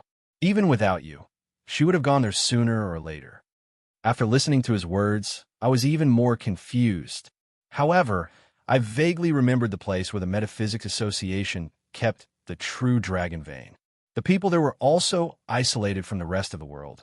Could it be that Yi Piampian had gone to a secret place like the true dragon vein? I asked Nangong again, but he didn't want to talk about it this time. He just said that the small island Yi Piampian was on was much more important than the true dragon vein. It was the foundation of the Metaphysics Association. If I wanted Yi Piampian to come out or to save her, I didn't need to ask now. When I reached the Heavenly Master Realm, I would know everything. His words were so confusing that I didn't understand him at all. However, when I asked him again and again, he didn't say anything. I had no choice but to bury it in my heart for the time being. Burying it in my heart didn't mean forgetting it. Although Nangong said that Yi Piampian's place had nothing to do with me, I didn't think so. After saving me, she was immediately imprisoned. How could it have nothing to do with me? Moreover, Yi Piampian had given me this handkerchief. I didn't know the relationship between me and Yi Piampian, but I wouldn't abandon her when she was in danger. Sooner or later, I would go to Penglai to find her whereabouts. Of course, the premise was that I had to reach the Heavenly Master Realm, just like Nangong had said. Otherwise, I wouldn't have the energy to take care of others when I couldn't even guarantee my own safety. Putting this matter aside, I asked Nangong why he wanted to go to the mausoleum of the Shang dynasty. Yesterday, when he mentioned Han Wenan and Yi Piampian, I was flustered and didn't ask further. But now I had to get to the bottom of it.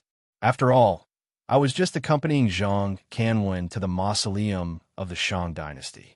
Nangong's background was mysterious, and his behavior was unpredictable. I couldn't let him ruin Zhang Canwen's plan. Nangong hesitated for a while, then told me that he wanted to go to the mausoleum to find something. I felt relieved.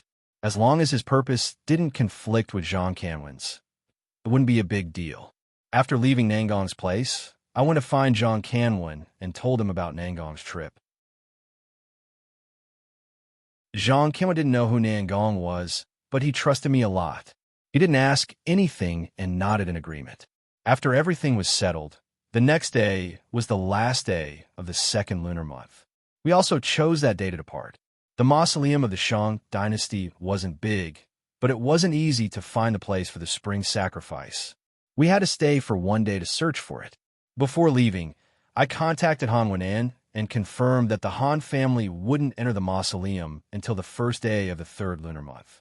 Then I felt at ease. At noon, I took Xiao Jin to the mountainous area in the outskirts of the city. I found a place where no one was around and let Xiao Jin hide there. It wasn't convenient to bring Xiao Jin along. Moreover, the day of the spring sacrifice would conflict with the day of Xiao Jin's transformation. It was better to let him stay outside.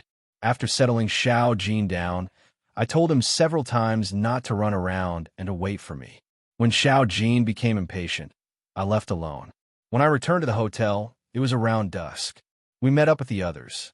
After confirming that the workers of the Inshu royal tomb had left, Zhang Qianwen, Nangong, and the little zombie carried some food and water. We quietly sneaked into the area. I had checked the entrance a few days ago. After entering the scenic area, we went to the entrance as if we were familiar with it. Along the way, there were many security cameras and guards. However, with our cultivation base, we didn't leave any traces behind. We smoothly arrived at the entrance of the main hall. We easily opened the safety door of the main hall. After we entered, we saw a deep pit. This pit was an excavated mausoleum. According to the records, the world-famous Queen Mother Wu cauldron had been unearthed from this pit. There was a staircase next to the grave pit. We quietly climbed the stairs and reached the bottom of the pit. Soon, we found a big hole on each side of the pit. The hole was strangely deep. Even with my eyesight, I could only see darkness. It seemed that this hole was really deep. At this time, it was already the season of spring, but after nightfall, the weather was still very cold, and the temperature in the grave pit was even lower, especially when walking towards the dark hole cave, the temperature plummeted. By the time they reached the cave entrance, the temperature was almost below zero. Although there was no turbulent airflow, standing at the entrance made people feel as if a cold wind was blowing, which made the atmosphere even more frightening. If an ordinary person were to come here, just the temperature alone would be enough to make them tremble in fear. However, our group of people all have extraordinary cultivation, so we naturally wouldn't care about this trace of coldness. We didn't even prepare any equipment at all. We only raised a flashlight and directly stepped into the cave to explore ahead. After a few steps, the temperature rose a little bit. However, it became darker. When we turned around, we couldn't see the entrance anymore. After walking through a hole that was obviously dug later, we saw a spacious cave. There was nothing in the cave except for some long stones that looked like stone sculptures. They seemed to be supporting us. On the other side, there were a few forks. I wanted to turn around and ask Zhang Qianwen which direction to go, but Nangong grinned and walked forward. He seemed to be very familiar with this place. He pointed at the forks on the left. While walking, he said to me, "If you want to find the place of the spring sacrifice, follow this path. I want to find something, but I'm not going the same way as you. We should part ways here."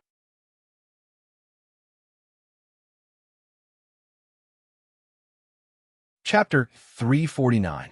Although I knew that Nangong had always been secretive, I was still surprised that he was so familiar with the mausoleum. I stared at his back in a daze and didn't say anything for a long time. Not only me, but Zhang Qianwen was also stunned by Nangong. After a while, he frowned and asked me, "Your friend, is he familiar with this place?"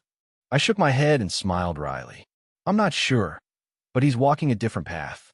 Whether he's familiar or not, it doesn't have much to do with us." Zhang Qianwen took his master's order very seriously.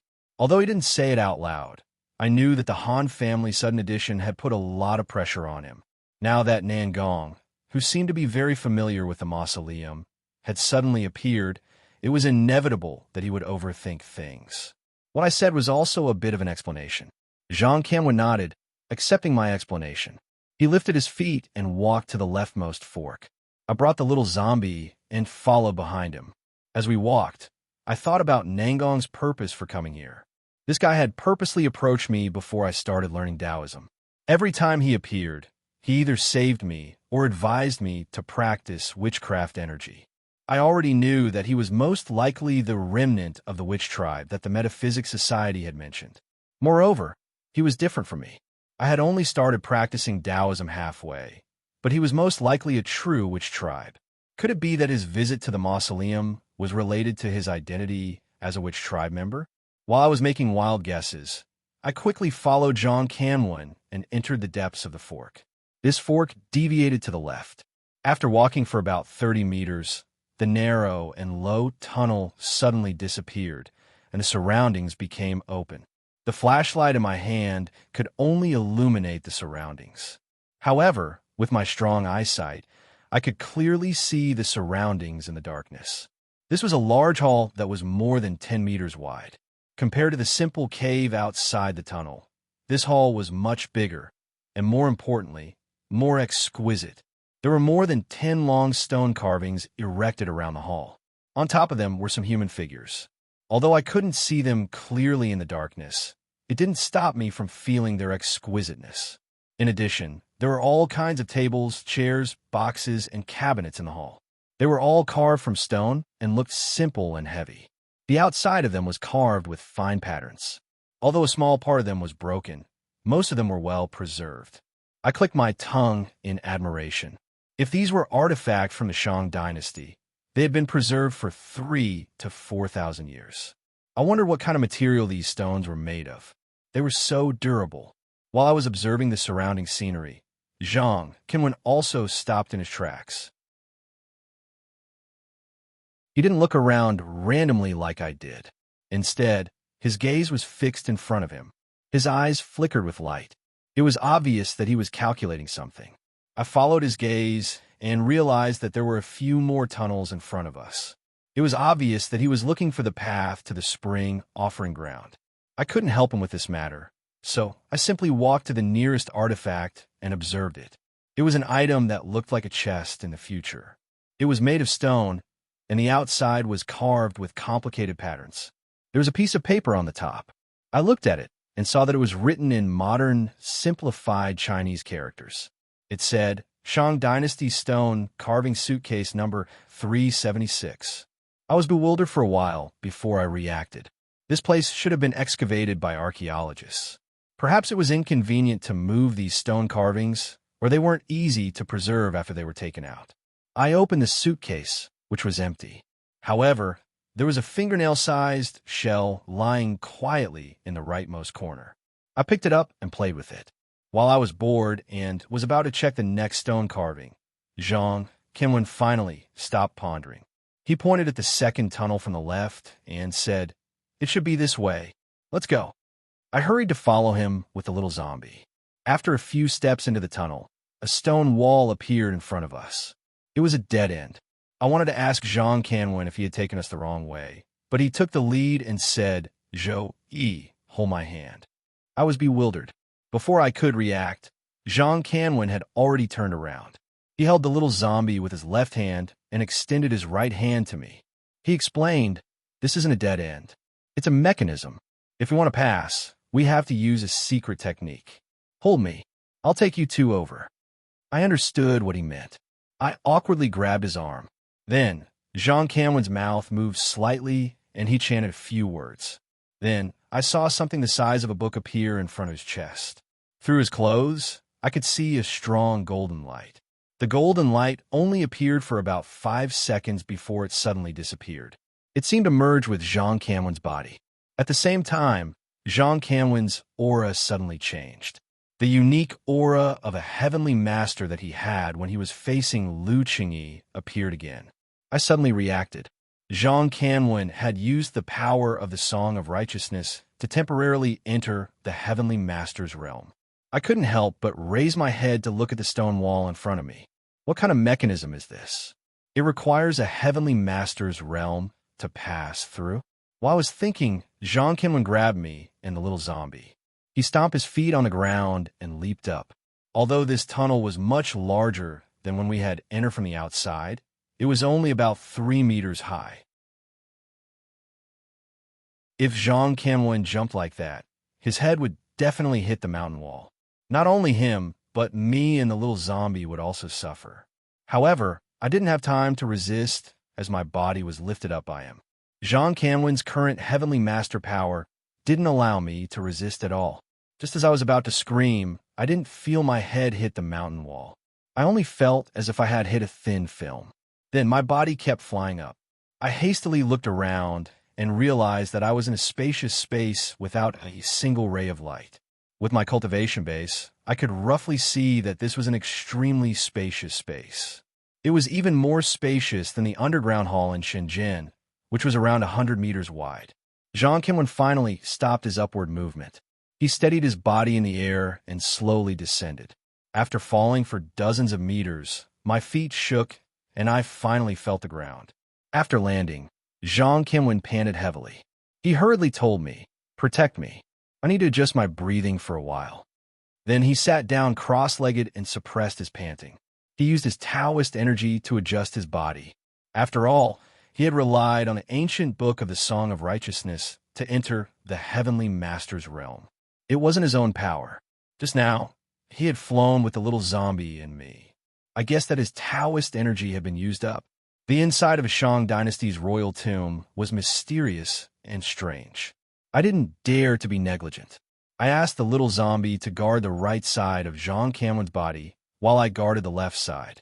I also sat down cross-legged and mobilized the Taoist energy in my body, paying close attention to the surrounding situation. The surroundings were very quiet. This kind of silence was difficult to experience in the outside world. It was a kind of absolute silence without a trace of sound. In the beginning, this silence was very comfortable, but after more than 10 minutes, this silence made people frown. This was because in this absolute silence, the sound of one's breathing and even heartbeat could be clearly transmitted to one's ears, causing an inexplicable sense of panic in one's heart. After an hour, besides the sound of breathing and heartbeat, there was another sound. I couldn't tell what it was. It was just a meaningless noise. At first, it was very subtle. However, as time passed, it became louder and louder until it sounded like thunder. At this moment, I heard this kind of sound. However, I was clear-headed enough to realize that it wasn't really a sound. It was similar to tinnitus, a sound that people imagined out of thin air. I frowned and mobilized the Taoist energy in my body to circulate around my body. It was easy to expel this kind of non-existent sound. Just as I was about to turn around to check on Zhang Qianwen's condition, I suddenly felt my palm heat up. I lowered my head and saw that it was the small shell that I had played with outside the hall. Why is this shell heating up? I was stunned. I remembered that when I had used my Taoist energy to circulate around my body, my Taoist energy seemed to have touched the shell with that thought. I quickly mobilized my Taoist energy and directed it towards the shell. As expected, the shell heated up again.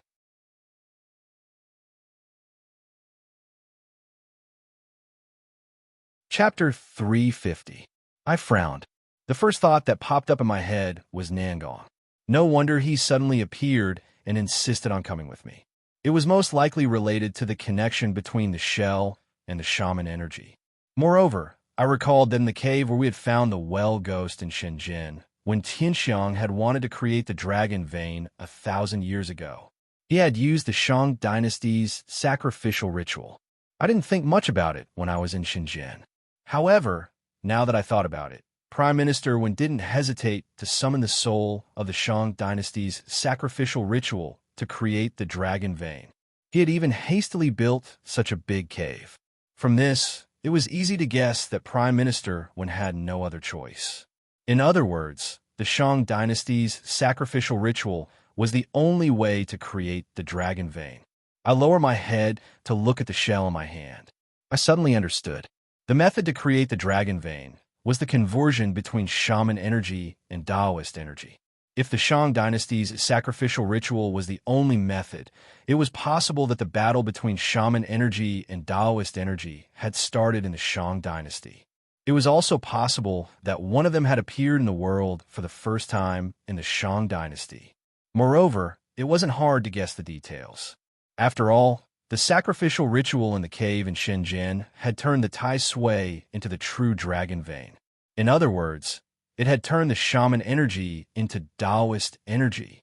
From this, I could boldly guess that Taoist energy had appeared in the Shang dynasty, and it had been transformed from shaman energy. This conclusion didn't shock me too much. In fact, when I had witnessed the ceremony to turn the Tai Sui into the true dragon vein, I had thought about the relationship between the two. However, I was in a dangerous situation at that time, so I didn't have time to think about it. Now that I saw the shell respond to the shaman energy, my thoughts came back to me. The Tai Sui was born from the Sui star. It had existed in this world for an unknown period of time. Every time the Sui star appeared in the sky, it meant that the Tai Sui had died. After thousands of years, I didn't know how many corpses of the Tai Sui had accumulated. If the Shang dynasty had the method to turn the Tai Sui's corpse into the true dragon vein, who knew if all the true dragon veins in this world had the same method?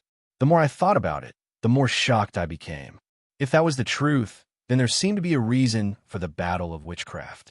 Witchcraft energy came from the corpse of the Tai Sui. Just like how I had only cultivated beside the corpse of the Tai Sui in the cave in Shenzhen twice, I had leveled up from 1 star to 4 star. With the help of the corpse of the Tai Sui, it would be too easy for people who cultivated witchcraft energy to level up. Similarly, those who cultivated Tao energy were unable to absorb heaven and earth yuan qi at the beginning of their cultivation. So the only way to increase their Tao energy was through the true dragon vein. At the end of the day, the battle of the shaman Tao was merely a fight for cultivation resources. Over the past tens of millions of years, there might have been a lot of corpses of Tai Sui, but no matter how many there was still a limit to how many there were. So many years had passed, and while a new corpse of Tai Sui would be born every few years, it would never be able to compare to the speed at which they were consumed. As cultivation resources became more scarce, the battle between shamans would definitely become more intense. It was no wonder that the people from a metaphysics association would say things like, "Everyone has the right to kill the shamans." During the Middle Ages, the battle of beliefs in the West could cause rivers of blood to flow, and it lasted for more than 200 years without stopping. The battle for resources was even crueler than the battle for beliefs. If you had more resources, I would have less resources. It was a battle of life and death. One could imagine how cruel it was. Based on what I've seen in the metaphysics world over the years, the people who cultivated sorcerer qi, the shamans, were probably killed by the people who cultivated Tao energy a long time ago. Otherwise, there would have been news about the shamans in the metaphysics world. Speaking of which, it's quite sad. There was originally no Tao energy in the world, and Tao energy was only transformed from sorcerer qi. In the end, Tao energy won and almost destroyed sorcerer qi. This situation doesn't sound normal at all. What exactly happened in the history of annihilation? Until now, perhaps only Nangong knows. However, there is one thing I don't understand. Although the regeneration rate of cultivation resources is very low, every few years there will be 4 stars in the sky. The newly born Tai Sui's corpses are the only source of cultivation resources. The shamans are almost extinct, so most of the Tai Sui's corpses must have been obtained by the people who cultivated Tao energy. However, 1,000 years ago, Prime Minister One, a famous person, had to go through a lot of trouble to transform a Tai Sui's corpse into a true dragon's vein. Now, after the people who cultivated Tao energy obtained the Tai Sui's corpse, do they still have the ability to transform it into a true dragon's vein? I couldn't help but remember the heavenly Tao corpse of the Corpsine sect and the power of the 9 spirits in the Grand Palace that Azan had mentioned. Are those Tai Sui's corpses the newly born Tai Sui's corpses in the recent hundreds or even thousands of years? The power of the Tai Sui's corpses was undoubtedly sorcerer qi. If the corpses hadn't been transformed into true dragon's vein, sects like the Corpsine sect and the Grand Palace of Thailand that relied on Tai Sui's corpses to cultivate should be the shamans. However, the people of the metaphysics world all knew about the Corpsine sect and the Grand Palace. Why didn't they kill them all? Thinking about it, cultivation resources were never enough. The people of the metaphysics world also knew that the Tai Sui's corpses could be transformed into true dragon's veins. They wouldn't ignore the newly born Tai Sui's corpses. However, if the newly born Tai Sui's corpses had been transformed into true dragon's veins, who or what force was controlling this process? My mind was filled with these thoughts, and I couldn't sort them out even after a long time. I didn't want to think about it anymore. I shone the light from the flashlight on the shell in my hand and carefully examined it. This shell looked ordinary, but I could tell that it had some thoughts from its inner surface. There were some shallow and messy patterns on the outer surface. It didn't look different from the most ordinary shells I had seen in the past. Right when I was about to put the shell away, I suddenly remembered the blazing stones I had obtained from the Metaphysics Society. At that time, I had obtained 10 pieces of blazing stones. When put together, they formed the word life in the Fire God Temple's stone tablet. At that time, I didn't understand its meaning.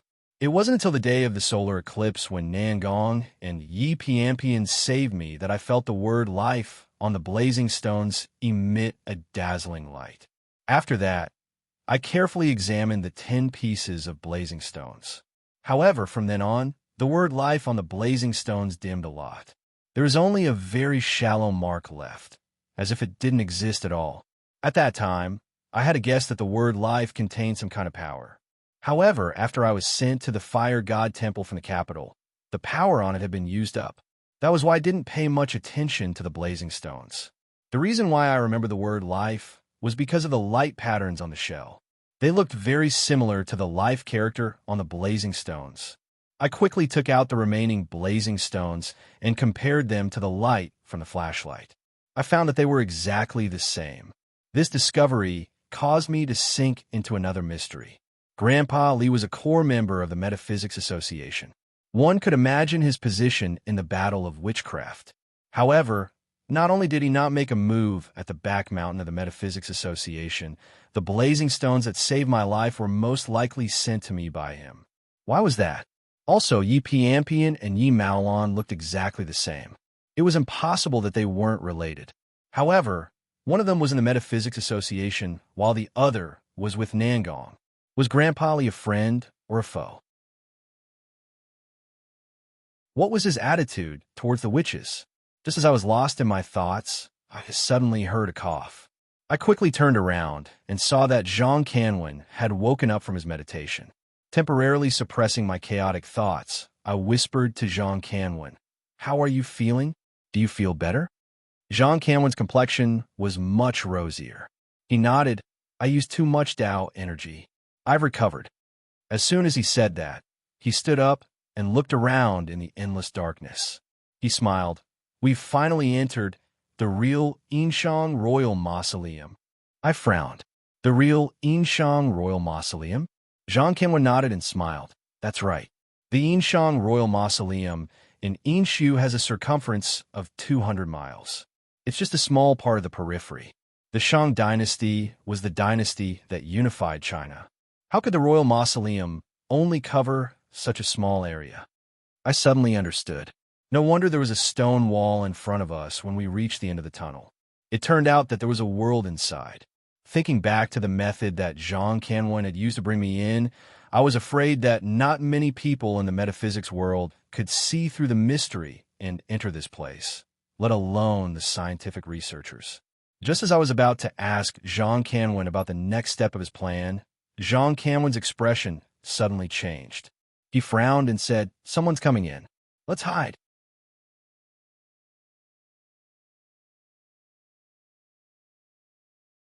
Chapter 351. Zhang Canwen had said that the Yinshang Royal Mausoleum was naturally shielded from psychic senses. In addition, it was absolutely dark. If we squatted on the ground casually, we wouldn't have to worry about being discovered. As for the people who followed us in, I had a rough idea. They were most likely from the Han family.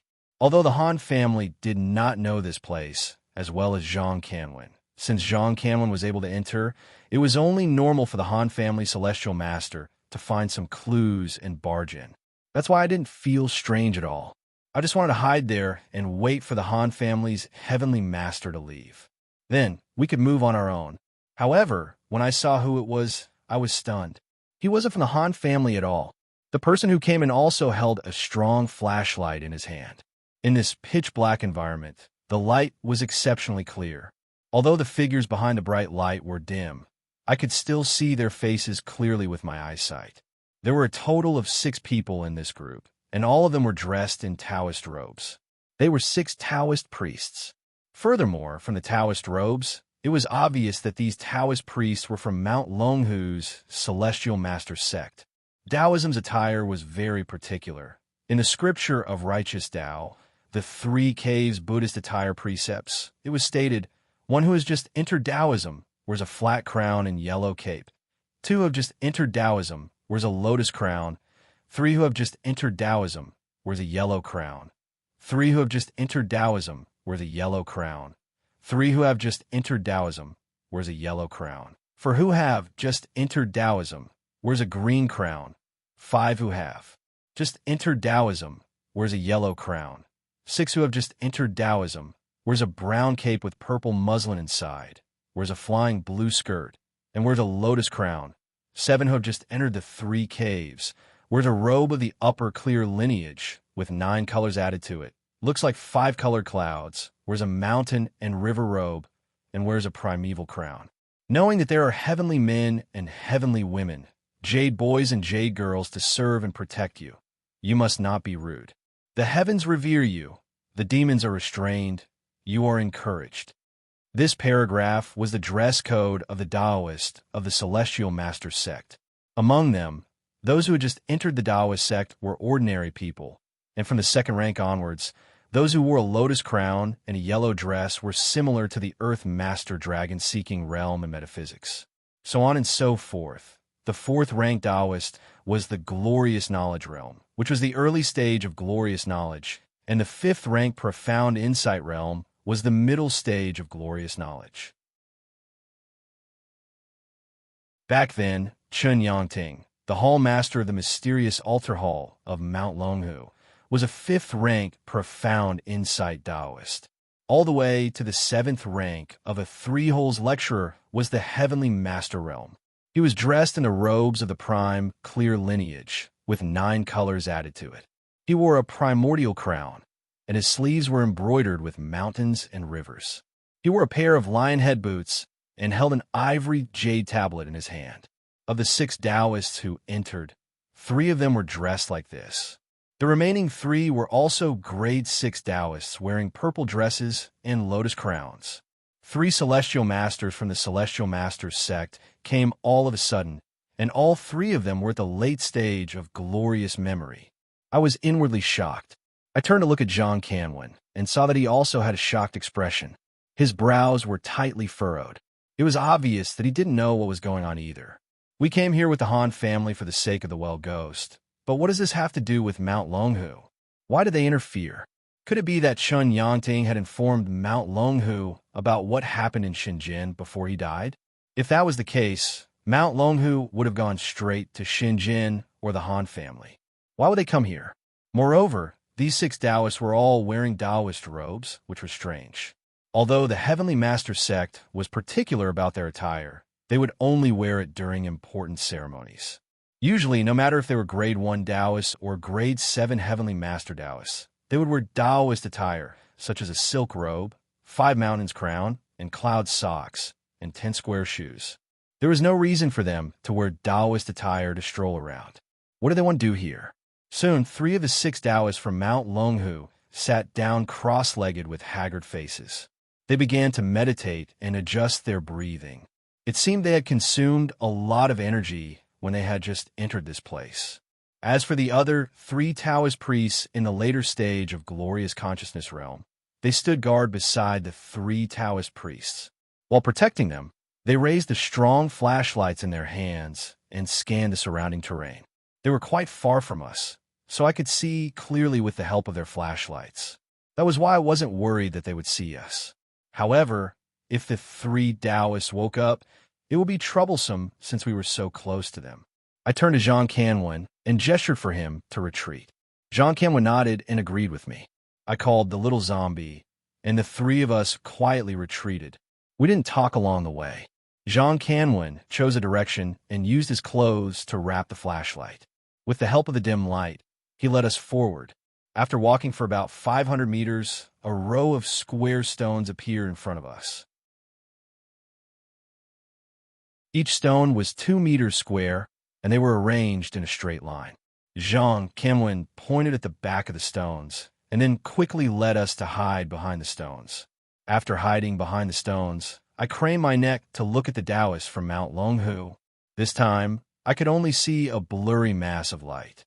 I couldn't see the people inside it. This place was safe enough, and we didn't need to worry that the Taoists would hear us. I hurried to ask Zhang Kanwen, why did the people from Mount Longhu come here? Zhang Kanwen shook his head.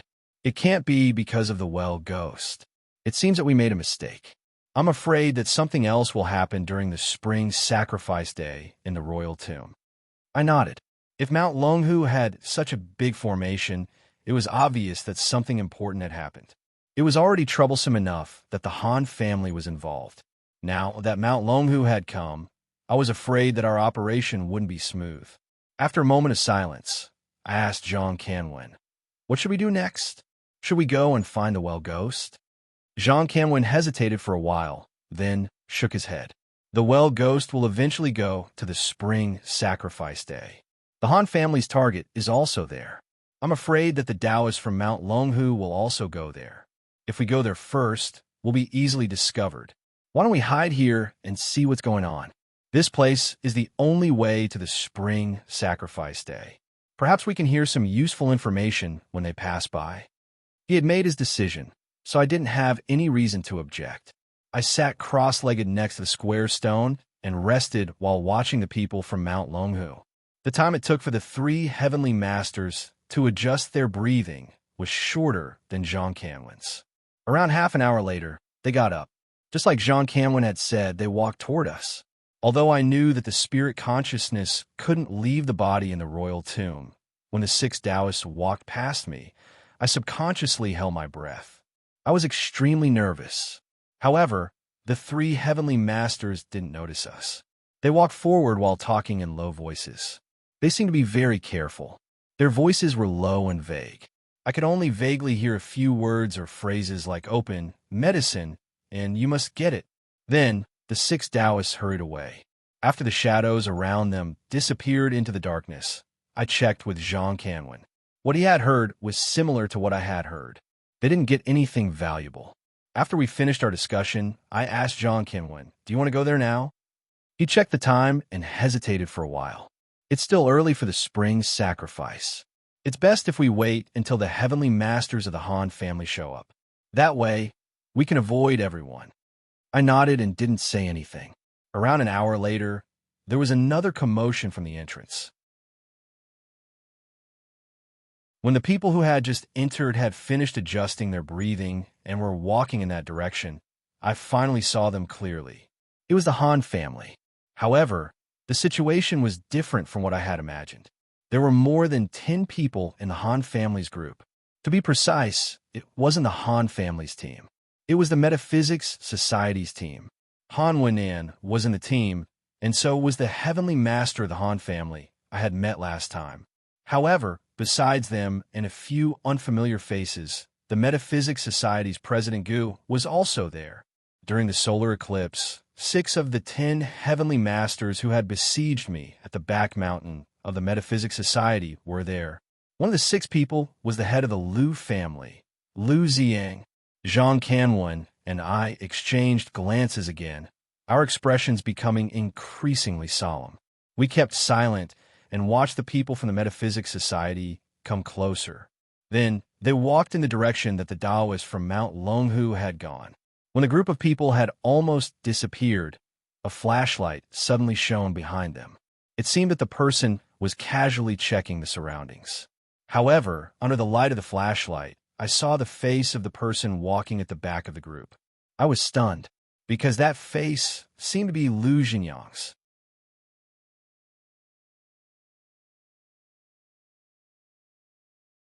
Chapter 352.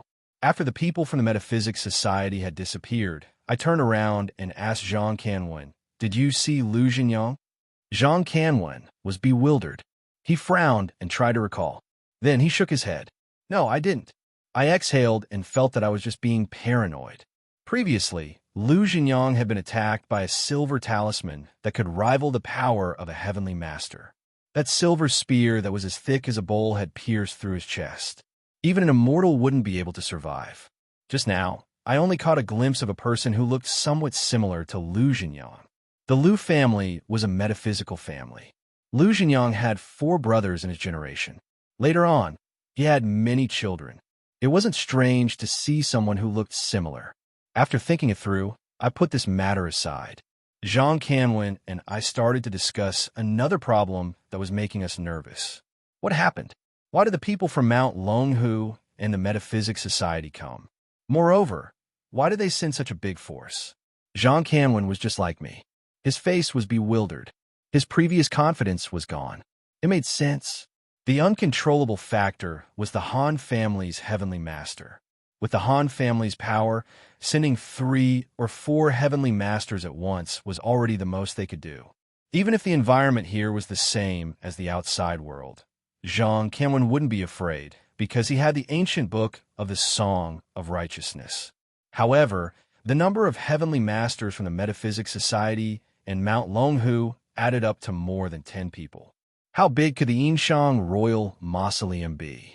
Judging from the current situation, their destination was most likely the spring sacrifice ceremony. If the heavenly masters were to scatter, we wouldn't even have a place to hide, let alone deal with the well ghost. Moreover, these were only the people we had seen so far. The Metaphysics Society was so big. Who knew if someone had come here before us? We didn't even know if someone else would come later. If the Taoists and Buddhists were also involved, the situation would be even more dangerous. After discussing for a long time, Jean Canwin and I came up with a solution. If the situation got out of hand, we would temporarily separate. I would hide in a safe place while Jean Canwin would deal with it alone. After all, the Jing ghost was a threat to everyone. As long as I didn't show up, the other forces wouldn't have any direct enmity with Jean Canwin. After coming to an agreement, Jean Canwin finally relaxed a little. He let out a breath and looked at me apologetically. He opened his mouth as though he wanted to explain something. After all, I had come here to follow him. If we were to separate now, it would be suspicious that he was abandoning me as a burden. I smiled and waved at him, interrupting him. I told him not to think too much and to think about how to deal with the Metaphysics Association and Mount Longhu. Jean Canwin was actually quite open-minded and flexible. The only thing was that his sect was greater than the heavens. To him, his sect's teachings were like a heavenly law hanging over his head. At this moment, the pressure on his back had already reached an extreme. Naturally, I wouldn't criticize him for such a small matter. Even though he had a countermeasure, we were still extremely curious about the reason why the Metaphysics Association and Longhu Mountain had mobilized such a large force. Furthermore, knowing yourself and your enemy would ensure victory in 100 battles. For our own safety, we had to get to the bottom of this issue. With our strength, it was almost impossible to get an answer from these people. After discussing for a while, I felt that the only hope was to start with Han Wennan. On the morning we entered the mausoleum of the Shang dynasty, I had contacted Han Wennan. At that time, he didn't mention anything about the current situation. I assumed that he didn't know about it. However, since he was with the people of the Metaphysics Association, he must have received the answer. If I could find a chance to contact Han Wennan secretly, he would tell me the truth. Although there was a way, it was hard to say whether it would work or not. The mausoleum of the Shang dynasty was mysterious. With Han Wennan's power, he couldn't run around and leave the Metaphysics Association's heavenly masters. That was why it was hard for me to find a chance to contact him. I could only take one step at a time. Jean Canwin and I discussed for half a day. Half an hour quietly passed. In order to ensure our safety and to make sure that no one else would come in, the two of us stayed behind the big rock for 4 hours. When we didn't hear any movement, we stood up and walked out. After we came out, Jean Canwin tore 2 pieces of cloth from his silk coat and gave me one of them. We covered our flashlights with a piece of silk cloth to ensure that the light from the flashlights could only illuminate a small area in front of us. We didn't want to be seen by people in the distance. Then, we continued our journey along the square stones. As for the little zombie, he had sharp senses. Although he couldn't see anything in this dark place, he could easily follow Jean Canwin and my footsteps. He didn't need to use a flashlight at all. After walking for a while, I asked him to go to the farthest place where the light from the flashlight could reach. I asked him to scout and be on guard at the same time. The little zombie had accomplished his task. Although the ghouls were made of Yin energy, They didn't have any evil or murderous aura. Quite the contrary, they were pure and ethereal. Just like the heavenly fetus, they were miraculous plants that had received the nourishment of heaven and earth. Their spiritual senses and divine senses were extremely strong. If Tong Tong wasn't cultivating a jade bracelet, I would have called her out. I would have asked the two of them to be on guard at the front and the back. That was the safest way. After walking along this road for dozens of meters, the square stones on both sides of the road became denser. Although the size was the same as before, when he shone the flashlight on them, he could see that the outer layer of these stones was made up of simple lines. We didn't hurry to move forward. We stopped and wanted to study the meaning of these patterns. However, no matter how I looked at them, they were just some messy lines. I couldn't figure out the meaning behind them.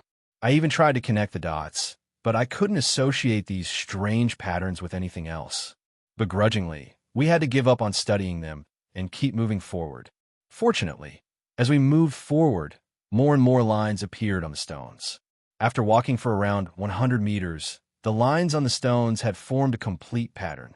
Moreover, I wasn't a stranger to this pattern. It was the mystic bird that Yufuda, the criminal of the Shenzhen murder and dismemberment case, had used human blood to draw on the wall of his orchard cellar. However, the mystic bird in this pattern was much more exquisite than the one that had been drawn with human blood. Although it was the same picture of the mystic bird, it had legs and wings. The length of the feathers on the wings was clearly defined. Even if we looked at it now, it could still be considered exquisite. However, there wasn't only one mystic bird on the stone. Under the mystic bird's body, there were some messy lines that I couldn't understand. We continued to move forward. Gradually, the pattern on the stone was like a comic strip, becoming clearer and clearer. After walking for dozens of meters, the pattern on the stone next to us became clearer and clearer. In this painting, a giant mystic bird was flying in the sky.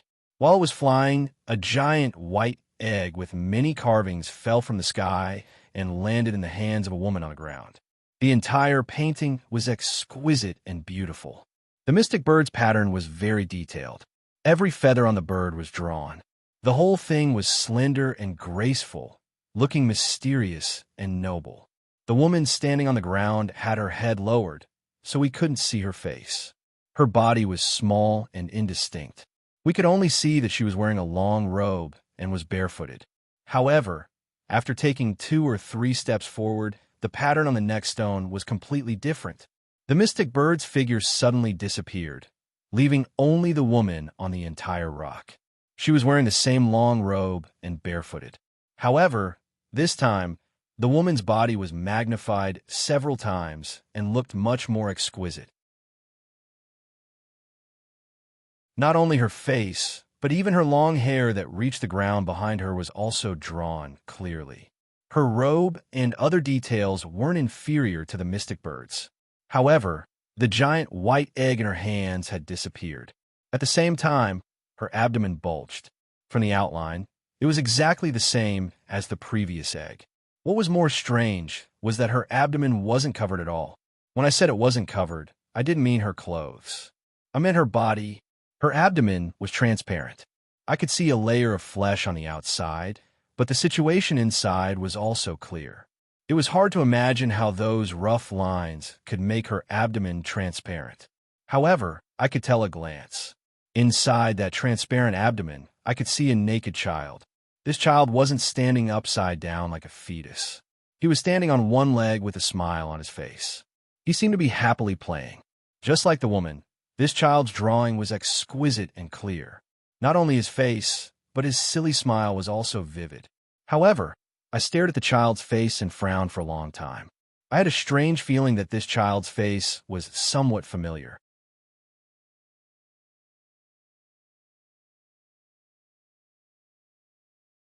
Chapter 353.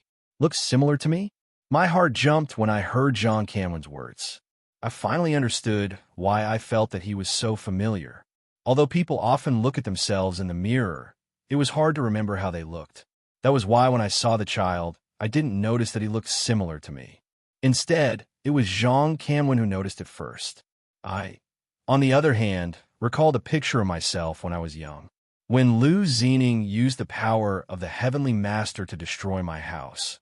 Other than the corpses of my parents, there was also a small photo album that recorded 20 years of my family's life.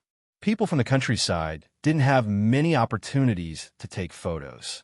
In the thin photo album, there weren't many pictures of my parents. Most of them were of me.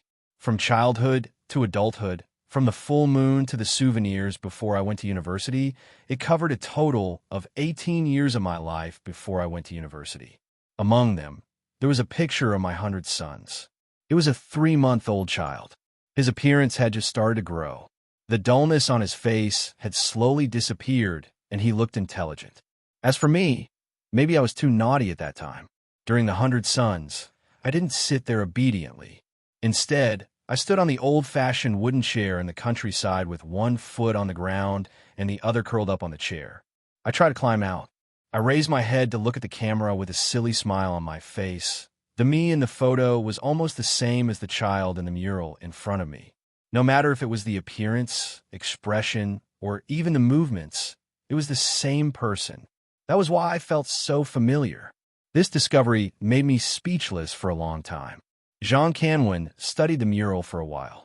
When he turned his head, he noticed that my expression wasn't right. He was stunned for a while before asking curiously, "What's wrong?" The child in the mural only looks slightly like you. You don't have to be this scared, right? I smiled wryly. Jean Canwin hadn't seen me when I was young. Looking at my current appearance, it was only slightly similar to the child in the mural. If he had seen my 100 sons, he wouldn't be so optimistic. After hesitating for a while, I suppressed the strange and frightened feeling in my heart. I didn't tell Jean Canwin the truth and just lifted my head to look at the baby in his mother's womb. Then, I turned around and continued to walk forward. After this mural, there were only 6 square stones left in front of him, one on the left and one on the right, a total of 3 rows. Each stone had a large mural painted on it, and the content of each painting was different. In the second mural, the child had already grown into a tall young man, kneeling on the ground beside the bed. The mother who had given birth to him was lying on the bed with her eyes closed, as if she had passed away. In the third mural, the young man was holding a wooden stick in his hand, leading his clansmen to fight against wild beasts. In the fourth mural, the young man was also leading his clansmen into battle, but this time, the targets were humans. In the fifth mural, there was a grand sacrificial ceremony. Countless people were kneeling on the ground, and the one in front was the young man. Different from the previous murals, the people in this mural were very small.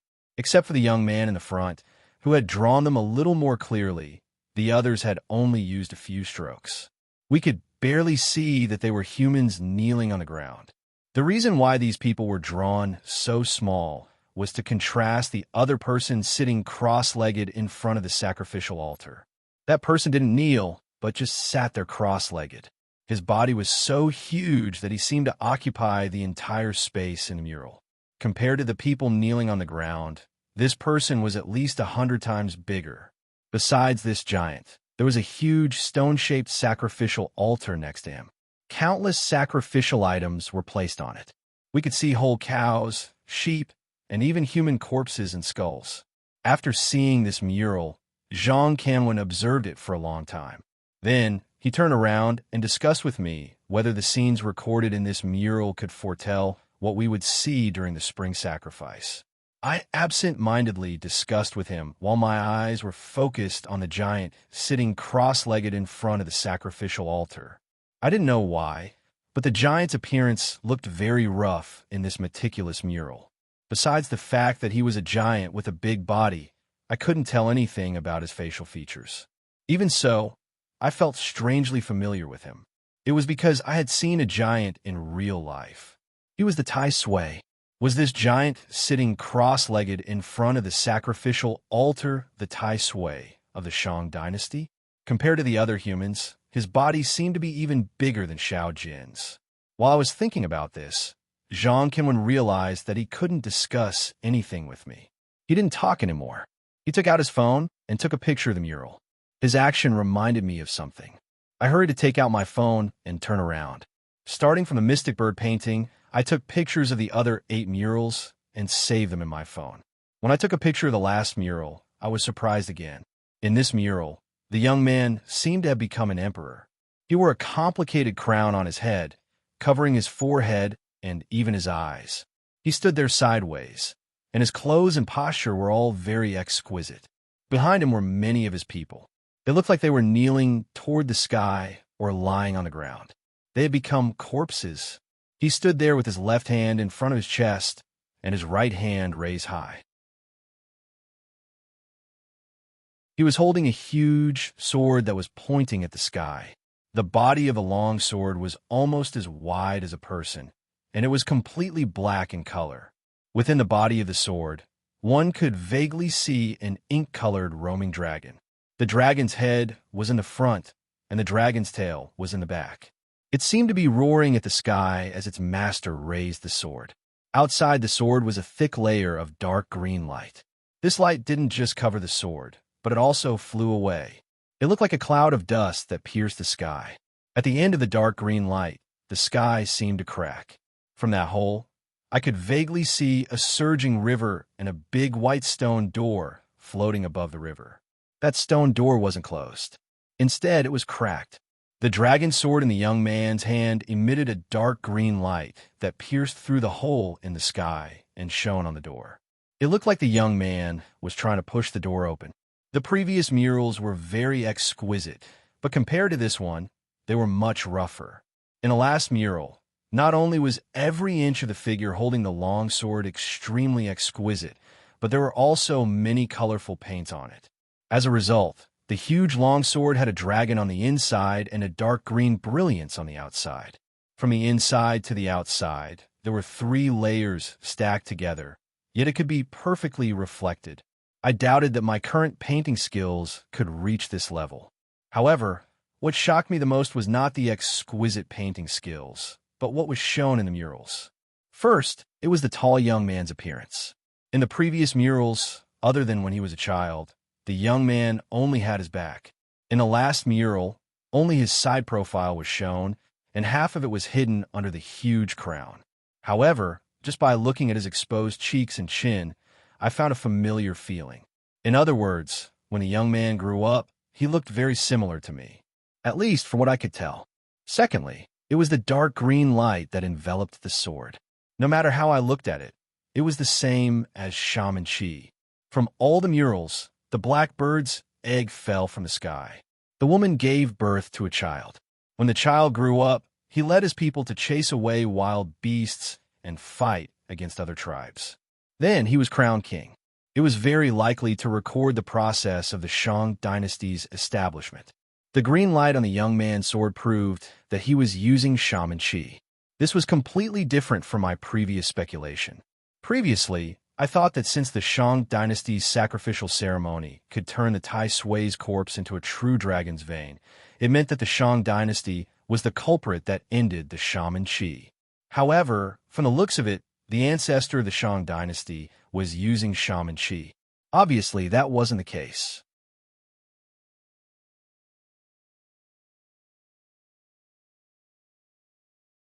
Chapter 354. This feeling was really inexplicable. I shook my head and placed it to the side. However, my eyes also moved away from the gigantic hole and looked forward. There were no more rocks in front of me, so naturally there were no murals or even a path. There was only a pitch-black stone wall in front of me.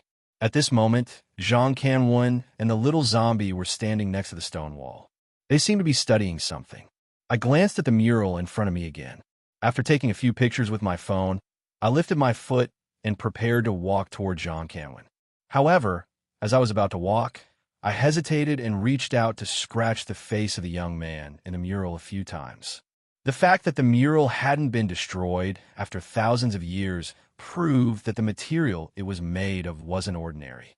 However, under the effect of my witchcraft energy, I easily dug out a few inconspicuous holes. With a few holes as a cover, the young man's face didn't have that familiar feeling when I looked at him again. I didn't know why I did it, but after I finished, I suddenly felt much more relaxed. I exhaled and finally left the mural. I walked toward Jean Canwin and the little zombie. After walking over, I looked up and saw that there was a tiny gap on the dark stone wall in front of me. It extended from the ground all the way to the top where my eyes couldn't see. Judging from the gap, the stone wall in front of me was likely to be a door. After the previous experience with the door, I naturally wouldn't overestimate myself and interfere. I turned to ask Jean Canwin how to get through it. Jean Canwin placed both of his hands on the stone wall and seemed to be trying to push the door open. After hearing my question, he retracted his hand and shook his head. There was no mention of this door in the records of my sect. However, I just tried it. With my power, I can't push the door open. I'm afraid that I'll have to use another page of the Song of Morality. His words were full of bitterness. I reckoned that he was feeling extremely pained. There were only so many pages of the Song of Morality. Every page that was used was one less page. Just the two doors had used up 2 pages. If something unexpected happened after entering, who knew how many pages would be wasted? Not to mention Jean Canwin. Anyone would feel distress for a long time. However, Jean Canwin didn't hesitate for too long. His gaze became firm, and he didn't say anything else. He took out another page of the Song of Morality and held it in his palm. After chanting a few lines, he carefully placed the page on his chest. After a few seconds, a golden light flashed. Jean Canwin had once again entered the Heavenly Master Realm. Then, just like the previous door, Jean Canwin reached out his hand and grabbed me with one hand and the little zombie with the other. Then he stomped on the ground with both of us and leaped into the air, crashing into the mountain wall in front of us. With the previous experience, I didn't panic this time. I just stayed alert. After all, the people from the Taoist and metaphysical societies were in front of us. It was possible that they were behind the door. If we went in and bumped into them, we would have to run away immediately. While we were thinking about these questions, we didn't expect that after we reattached the stone wall, we didn't crash into it like last time. Instead, there was a muffled sound, and the 3 of us bounced back and fell to the ground, feeling dizzy. Jean Canwin and I were dumbfounded, enduring the dizziness in our heads. We raised our heads to look at the stone wall in front of us. The stone wall was still as black as before. Our fierce collision didn't leave a single mark on it. Could it be that we were at the end of the road and there was no door? That shouldn't be the case. We had just seen the people from the Taoist and metaphysical societies walk in from this road. If there was no door, where did they go? Moreover, the crack on the stone wall was very obvious. Aside from the fact that there was a hidden door, there was no other explanation. Jean Canwin turned around and exchanged looks with me. Then he got up. He didn't try to use the previous method. Instead, he placed his hand on the stone wall and pushed. I immediately understood what he meant. Since there wasn't a mechanism like the previous door, it could be a door that required great strength to push open. Previously, we couldn't push it open because our cultivation base wasn't high enough. Now that he had the power of a heavenly master, he might be able to push it open. However, this possibility was eliminated shortly after. Jean Canwin pushed a few times. His face turned red, but the stone door in front of us didn't move at all. It didn't even look like it was moving. This time, we were desperate. We looked at each other for a long time. Jean Canwin finally gave up. He leaned against the stone wall and slumped to the ground. He lifted his head and looked at me in frustration. "What do you think?" I thought for a while and shook my head with a wry smile. If we knew this earlier, we would have followed the people from the Taoist or metaphysical societies. At least we could have seen what method they used to open this door. Hearing my words, Jean Canwin's frown deepened. He turned to look at the stone wall in front of him and angrily punched it. He muttered, "This doesn't make sense. I'm not too sure about the cultivation of those 7th-ranked Taoist priests, but among the Metaphysics Association's heavenly masters, the ones with the highest cultivation base, President Gu and Lu Xiang, shouldn't be much higher than my current cultivation base. Since they can open this door, it doesn't make sense that I can't even move it. There must be some trick that we don't know." I nodded. When I was about to say something, Jean Canwin's eyes suddenly focused. He reached out and patted the stone wall again. He raised his voice. "Mechanism. There must be a hidden mechanism on this stone wall to open the door. My eyes instantly brightened. That's right. Why didn't I think of such a simple reason? The Heavenly Master's power couldn't move the door, and the method passed down by Jean Canwen's master was also useless. There might be a simple mechanism. Jean Canwen excitedly stood up and searched the stone door on the right. He said to me, "Come, let's search together. You search the left side, and I'll search the right side." I nodded and moved closer to use the flashlight to search the stone door on the left. However, I couldn't find anything suspicious after searching for a long time. I frowned and thought. Some mechanisms were well hidden. I couldn't see anything with my eyes. I had to use my hands to search carefully. Thus, I held the flashlight in my left hand and started to search the door with my right. Who would have thought that as soon as my hand touched the stone door, I would feel something strange? Then I was stunned. It wasn't because I was lucky that I had found the hidden mechanism. It was because when I put my hand on the door, I felt that the stone door that Jean Canwen hadn't moved for a long time seemed to have moved a little. I couldn't believe it. I tried to press on the stone door. Then I heard the sound of stone rubbing against each other. Then I turned to look at the place between Jean Canwen and I. The shallow crack on the stone wall had now become as wide as a finger. I was dumbfounded. What's going on? Jean Canwen also heard the noise. He turned to look at the crack and became excited. He turned to me and praised. "You're amazing. You found a mechanism so quickly." Then he didn't wait for my reply and pushed the door again. The result was the same as before. No matter how hard he tried, the stone door didn't move. He exclaimed in surprise and turned to look at me in confusion. I also looked as if I had seen a ghost. I opened my mouth, but I didn't know how to explain it. I reached out and gently pushed the stone door again. The crack was big enough for 2 people to pass through. Jean Canwen was also stunned. He lowered his head to look at the stone door. Then he lifted his head to look at me. He didn't know what to say. I forced a smile and spread my arms. "Don't ask me. I don't know what happened. I just pushed it a little, and the door opened." Jean Canwen was bewildered for a while. He suppressed his doubts and didn't ask me. Instead, he craned his neck to look through the crack on the stone door. Then he said, "We shouldn't stay here for long. Let's go in first." Then he took the lead and walked through the stone door. I called the little zombie, and we walked through the stone door together. After entering the door, I looked at the darkness in front of me. I heaved a sigh of relief. I was worried that I would bump into the people from the Taoist and metaphysical societies. This place was safe. As I was thinking about this, I turned around and was about to close the stone door. However, as soon as I turned around, I heard a voice. "You're tuning into the Warrior Lore YouTube channel. Don't forget to subscribe and join us on this journey to catch the most captivating stories."